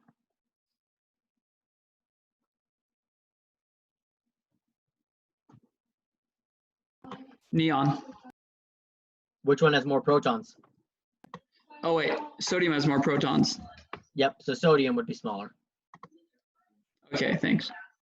So if you're looking at isoelectronic things, you literally are just looking at the number of protons. The higher number of protons is going to be smaller because it's got that stronger central charge.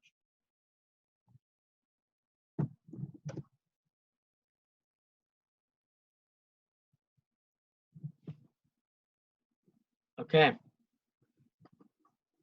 Other questions?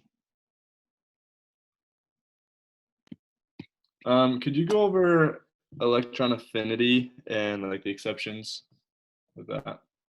Yeah, electron affinity. Now, I don't know if they're going to ask you a question like this on the exam, but we have, it would be best if you pulled out your periodic tables probably.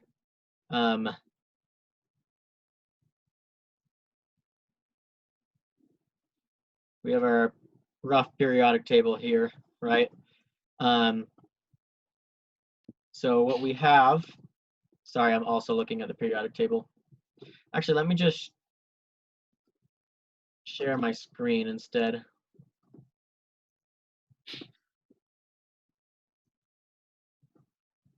Okay. So we have the periodic table, and if you're looking at my mouse right here, electron affinity means the energy involved when it gains an electron.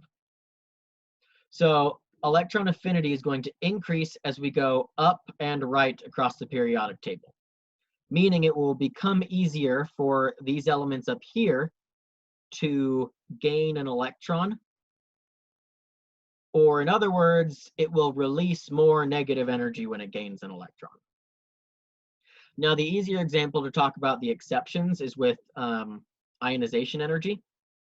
Ionization energy also increases going this direction. But when we say increasing ionization energy, what we mean is it's getting more difficult, or it takes more energy to remove an electron. So it'll take more energy to remove an electron from fluorine than it will to remove an electron from sulfur. Any questions so far? So far, so good. Yeah. Can you say the definition of electron affinity real quick one more time? Yeah, so electron affinity is the energy released when an atom gains an electron. So it gets more negative as we go the same direction.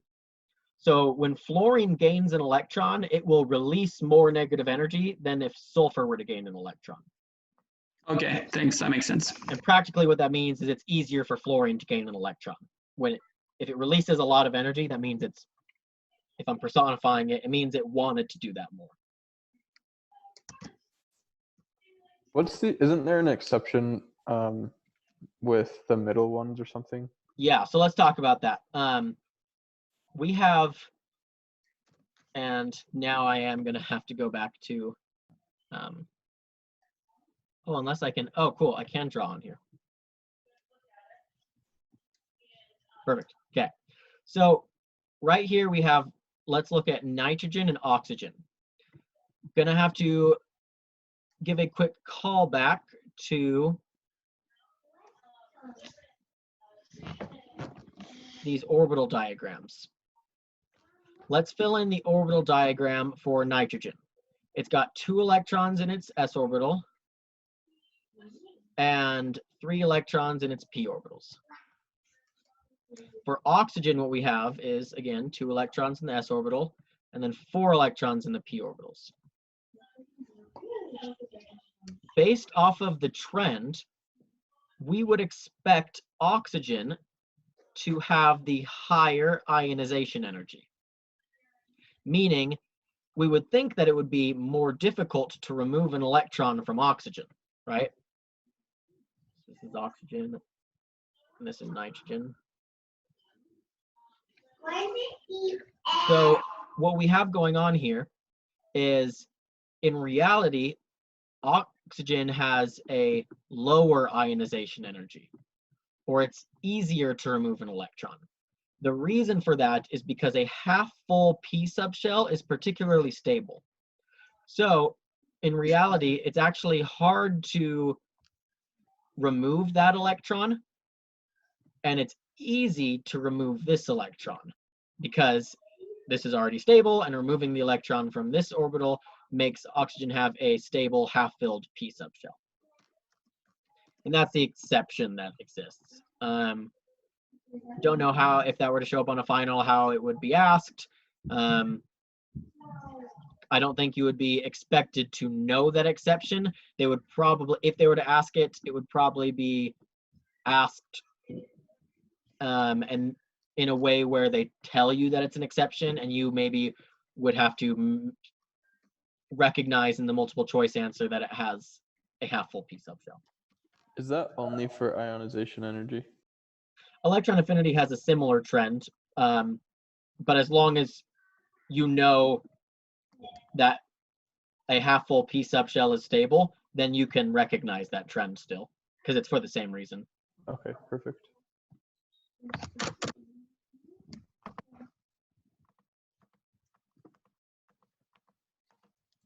Okay. Other questions? Is there anything we need to know about wave functions, do you think? I couldn't tell you. Sorry. Okay. Maybe no more than definitions. Okay. What is Z? The Zeph? Yeah, thing the that we went effective over? nuclear charge, the Z effectiveness.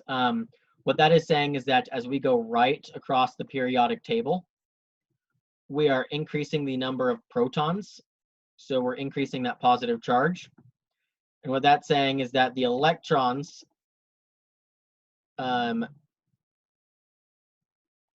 higher ZF means a higher nuclear charge, which means the electrons are feeling a greater pull, which is where all the So that's trends kind of what come we from. went over already then.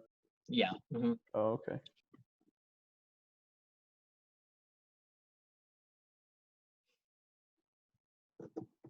Okay, other questions? With the equations with like wavelength and velocity, and then kinetic energy, there's two different V's on the periodic table. Can you just remind us which one is which? Yeah, so we have kinetic energy equals, so these are velocity.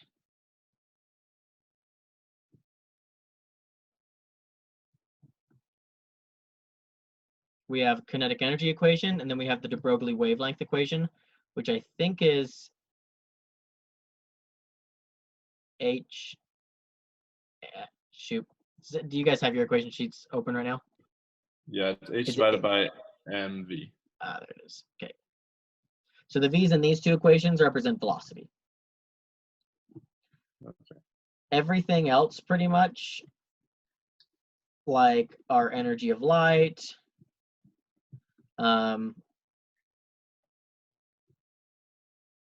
where else is frequency found?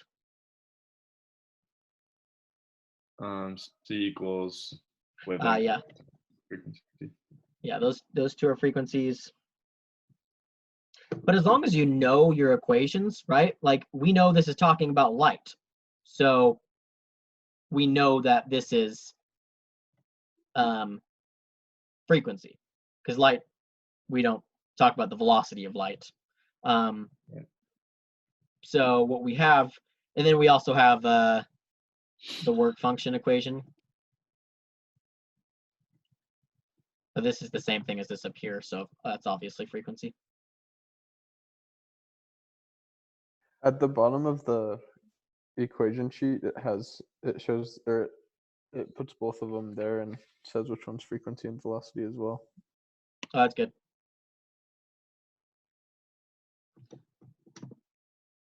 Okay. What else?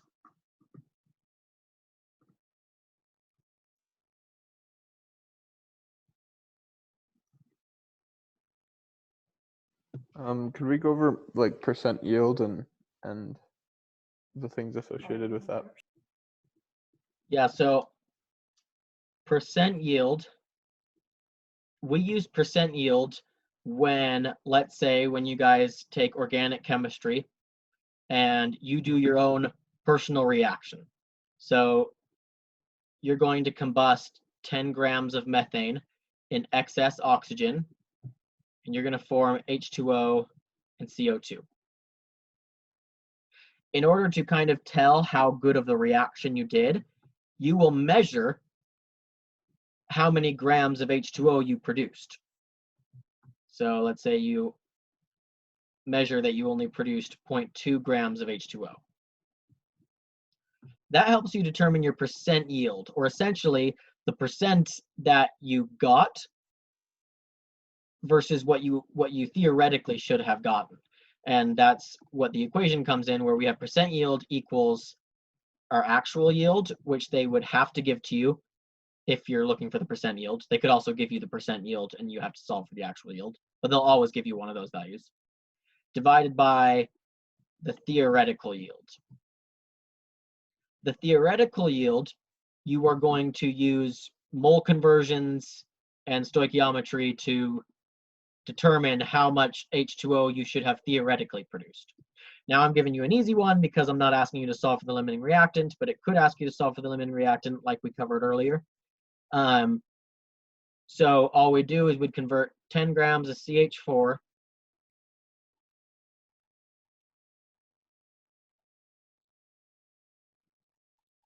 2 moles or 2 grams of H2O. Of course, I would want to balance this. I didn't balance it. That's my bad. So I should have a 2 here and a 2 here. So for every 1 mole of CH4, there's 2 moles of H2O. Sorry, I'm running out of room. And then for every 1 mole of H2O, there is 18 grams of H2O. So that gives you, that math will give you your theoretical yield. And then you'll do 0.2 divided by whatever number you get there. And then if it's a percent, of course, you multiply by 100.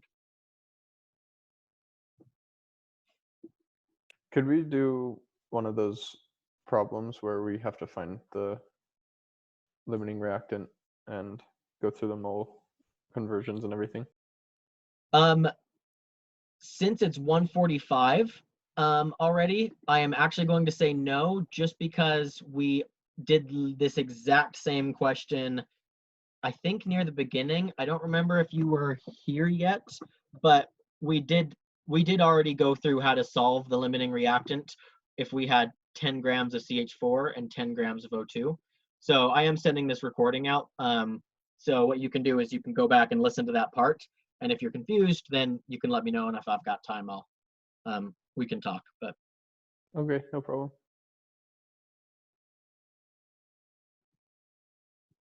okay. I have something, unless you have more on this. Yeah, anyone else have any other questions about this? Okay. Could you talk real quick about the law of definite proportions versus the law of multiple proportions? I think I just kind of like mix them up all the time. Yeah, so the law of definite proportions, what that is saying, and maybe you'll want to like look up the exact definition that he has, but what the law of definite proportions is saying is that when we're looking at H2O, if we were to take the ratio, if we had a glass of water, no matter what we have, a water bottle or a lake, no matter how much water we have, when we figure out the masses of oxygen to hydrogen, it will always end up being a small whole number.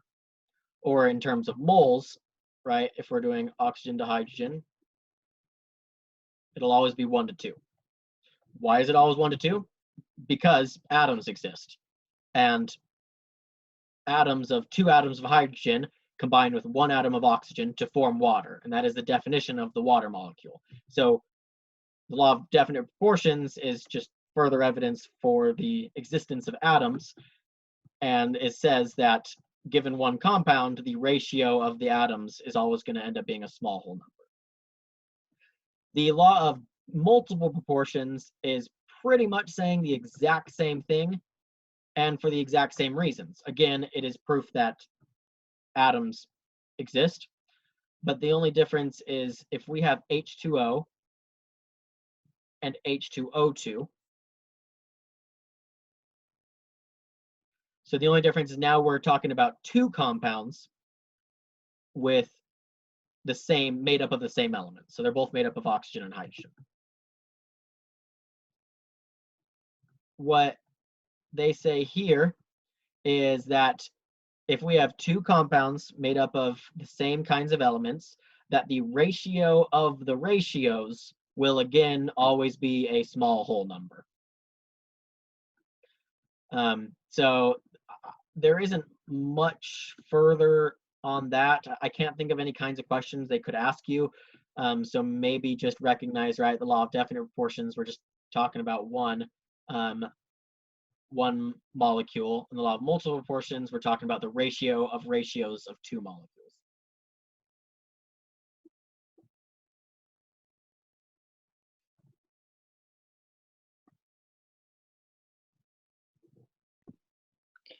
Do you think there's any chance they'll ask us about specific experiments and like? I highly doubt it. Okay. Because that was lame on the first test. Yeah, it was.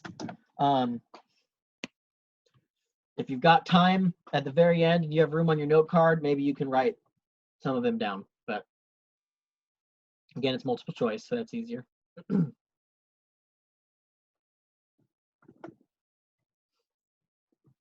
Okay, other questions? I had another one if no one else has one. Mhm. So I was doing like calculating a delta H problem this morning. Yeah. The type where I go bond by bond and I add, like if there's a C triple bond to a C, then I like add all of them up together. You know what I mean? Yeah. So I did products minus reactants and I got the exact answer, but negative. So Yeah, that's because you're not supposed to do products minus reactants for bond enthalpies. Okay, so you do reactants minus products for this one. Yeah, so don't get that confused, right? Because that's a tricky question.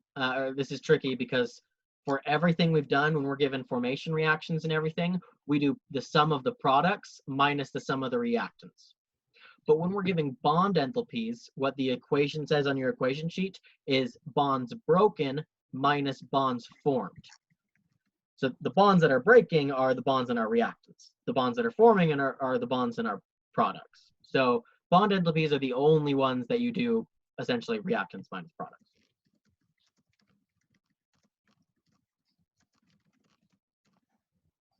Okay, thanks. Yep. While I have this written up here, I'm going to go over one thing that I want to talk about.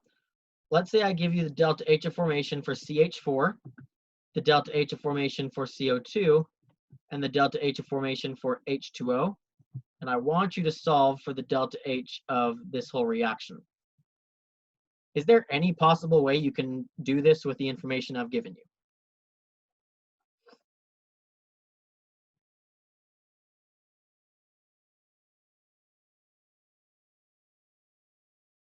Isn't the delta H of O2 just 0, so you can Yes. ignore it? Yep, so you can solve for this. If I gave you all these numbers, remember that the delta H of formation for elements in their standard states is just 0. So you can assume that. Don't get tripped up by that. But that's only for delta H of formations and delta G of formations.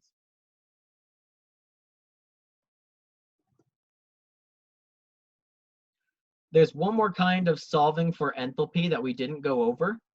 And there is no way for me to just think of an example in my head. So we have like reaction 1, reaction 2, and reaction 3. And they want us to solve for the delta H of a fourth reaction.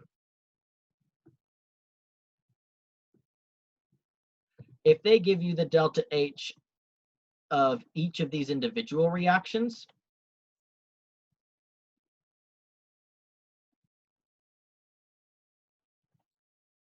remember that we can add these together to get to this fourth reaction.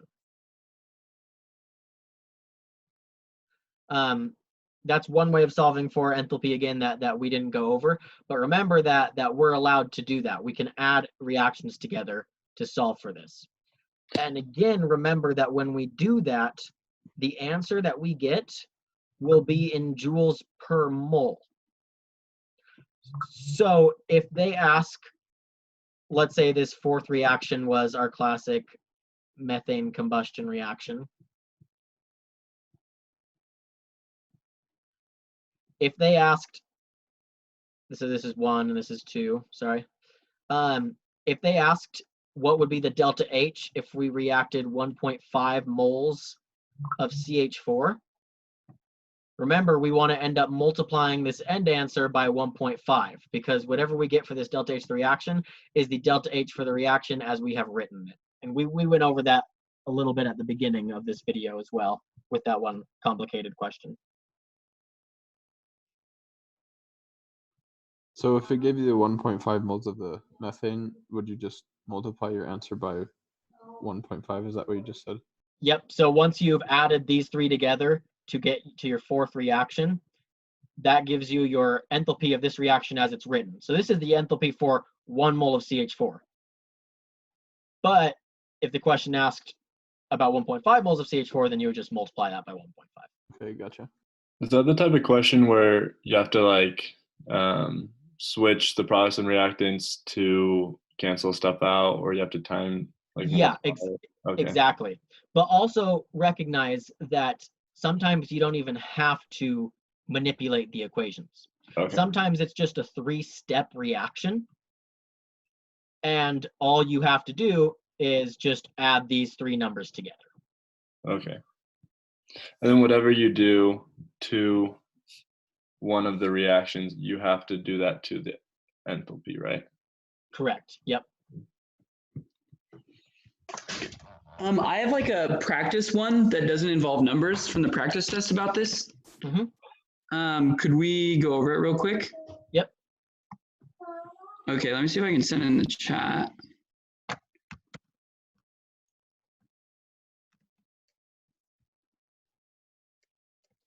Jacob, they will give you an electronegativity chart if they ask any questions that have to do with electronegativity. If they don't give you an electronegativity chart, then I think you can safely assume that you don't need it for any questions. And what's the overall standard free energy change for the following 2 reactions? So we have A plus B yields C, and C plus D yields E. So it wants to know, what is the overall standard free? So David, in the chat, it looks like they're just thumbs down. Yeah, it didn't come through right. So what it has is delta G of formation of the reaction, or no, standard. It's the delta G naught reaction equals, for the A plus B is C. It is just delta G1. Delta G1 and delta G2. Yeah, so like delta G1, it just says, or like delta G naught reaction equals delta G1.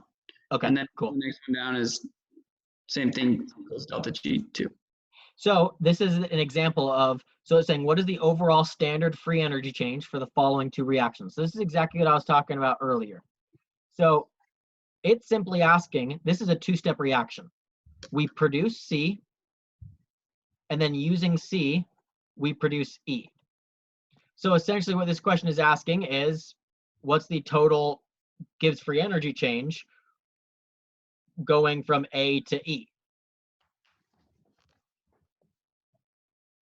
So this is an example of one where if I had to say A to E, right, when we combine these equations, obviously we get more than that. We get A plus B plus D yields E. But that's okay.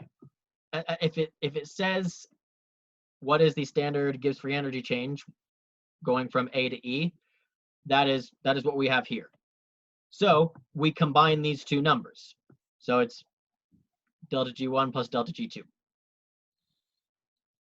And that's our conceptual answer for this question. But if they were to give us numbers,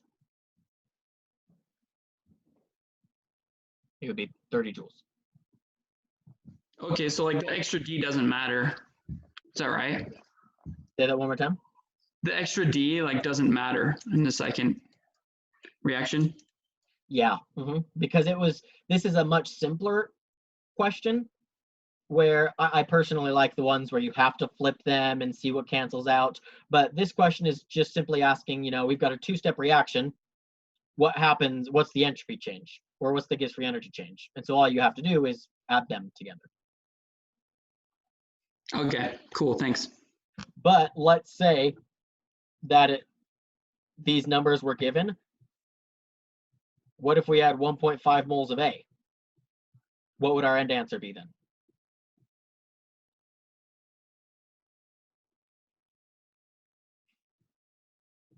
I want to know what the Gibbs free energy change is for 1.5 moles of A. Be 45. Right, you'd want 30 to times multiply 1.5. 30 by 1.5.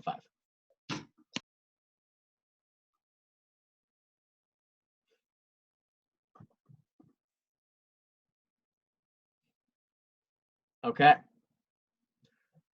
So I have officially finished out everything that I could kind of think of over this unit that I wanted to point out. So it is now up to just questions, and I probably can stay on here for another like 15 more minutes maybe.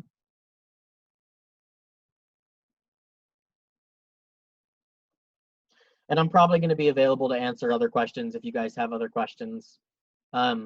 tonight or tomorrow or the next day, you can let me know. And whenever I'm free, I can answer the questions for you. So this isn't the last opportunity to ask me anything, but for the sake of this review, if you have anything, let me know now.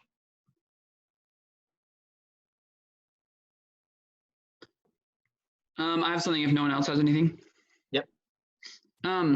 So I was watching one of the other reviews from a different TA, and they said like for a diastereomer,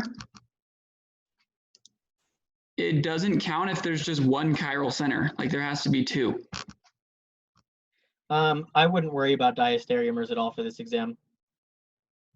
Okay. That's kind of true.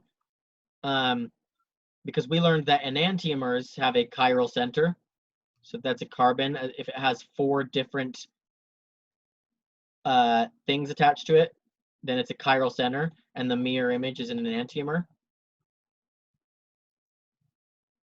Diastereomers, what you have technically is when you have 2 chiral centers,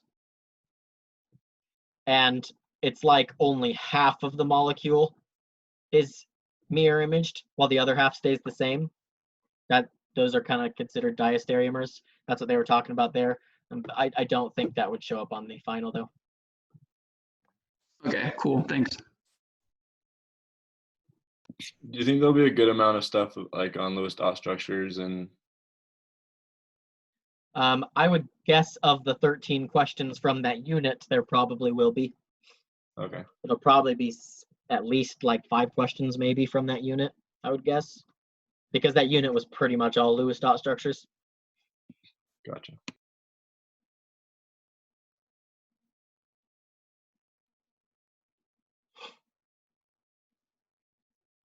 Okay, anything else? I have one last one. Sorry, I've had so many. No, you're good.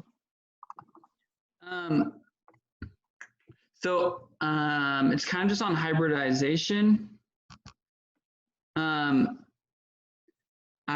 Could you just do like one small example of like you're like drawing them out like up spins, down spins, and then like rewrite it hybridized? Oh, you won't have to do that. Can you tell me what the hybridization of this is though? Because that's what you need to be able to do. I think it's SP2. Right. So we have SP, SP2, SP, oops, that's gonna bother me. SP2, SP3, SP3D, and SP3D2. You're just gonna look at the steric number. So this will be 2, 3, 4, 5, and 6. Now, conceptually, what we have going on here, so that you know, is carbon often forms 4 bonds, right? Like CH4. It's bonded to 4 different hydrogens. But carbon looks like this. So how is it sharing 4 bonds when it's got 1 empty orbital and then 1 orbital with 2 electrons? It doesn't make sense. So conceptually what we have going on is it hybridizes between the S and the P to make 4 hybrid orbitals. It's 3 parts a p orbital, that's why we call it sp3, each with 1 electron in them. Now we see it's able to make those 4 bonds, which is why we see carbon with 4, with a steric number of 4. You obviously don't need to do this since it's not a free response exam, and I don't even think you were expected to do that on the exam before. But it's good to know, though. I mean, know conceptually what's going on. But this right up here is probably the only thing you need to know, and it was, in terms of the last test, it was the only thing you had to know for that. So, but hopefully that made sense conceptually, because it is good to know that. Yeah, thanks. Yep. Thanks so much, Edison. Yep, no problem. Anything else? David, it's okay if you have another question. Yeah, just follow up on this. So that was valence bond theory, is that right? Yes. The hybridization. Okay. What's the difference between a sigma and a pi bond again? A sigma bond is a direct head-on-head overlap between two orbitals, and we see that in single bonds. A pi bond we see in p orbitals, and it's overlap above and below, and we see that in double bonds and triple bonds. Okay. So a single bond has one sigma bond, a double bond has one sigma and two pi, and a triple bond has one sigma and, oh, whoop, sorry. This is sigma pi. This has one sigma, 0 pi, one sigma, 1 pi, one sigma, 2 pi.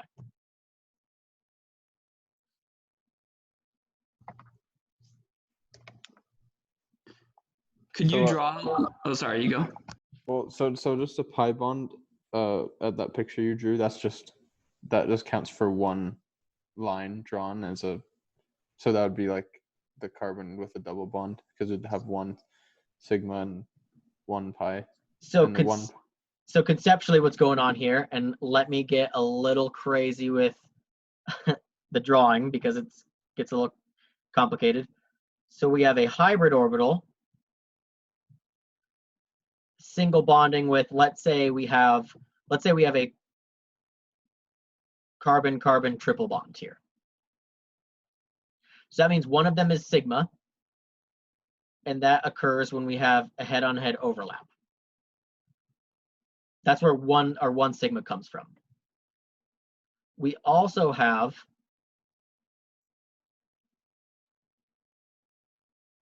p orbitals, which overlap above and below, and that accounts for your one pi bond. Here's where we're going to get a little messy, because we then have p orbitals that are going into the page, and those are also going to overlap.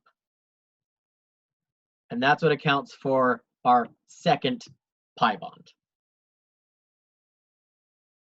I don't think you have to know this, and I don't even remember if you learned that when you learned about all of this, but fun to know.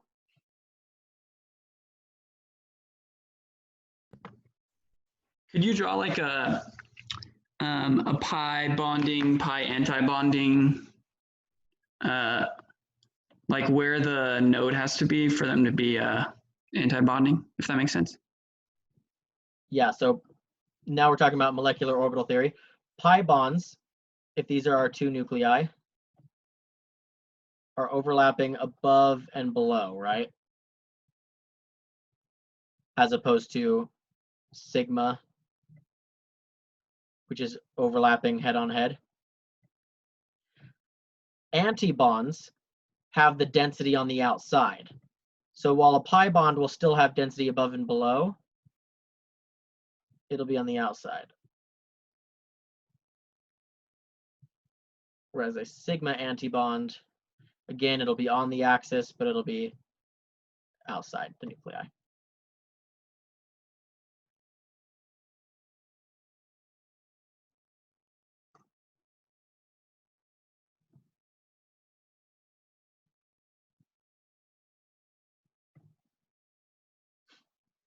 Okay, anything else?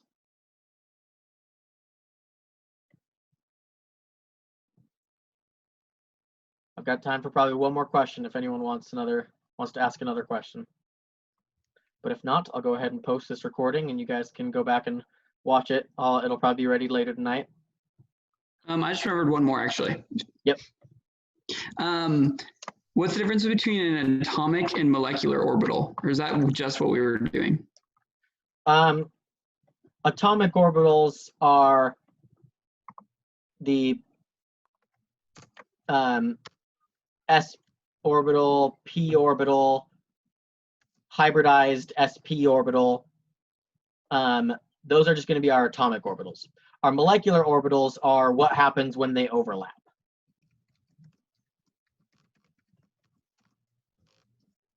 So this is what the molecular orbital looks like, right? We've got two pi bonds coming together. to make one orbital around the whole molecule.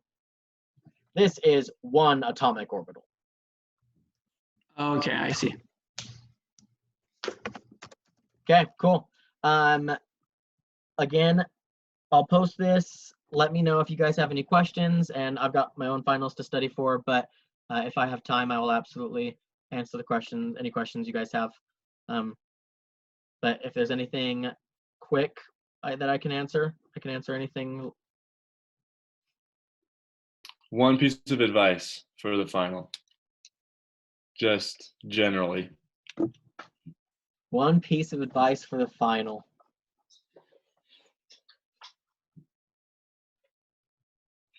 Watch your units, especially because if you're watching this, that probably means that you are studying enough to get a good grade and to understand things conceptually. What you will probably mess up on are small, simple things like messing up on your units. So my advice is read the question very carefully. You have a long time limit for this exam. I think he said it's 4.5 hours. So read the question carefully, know what you're being asked, and look out for little things like units. Okay, awesome. Thank you. Okay. Let me know if you have questions. Good luck studying. Thank you so much. Thank you.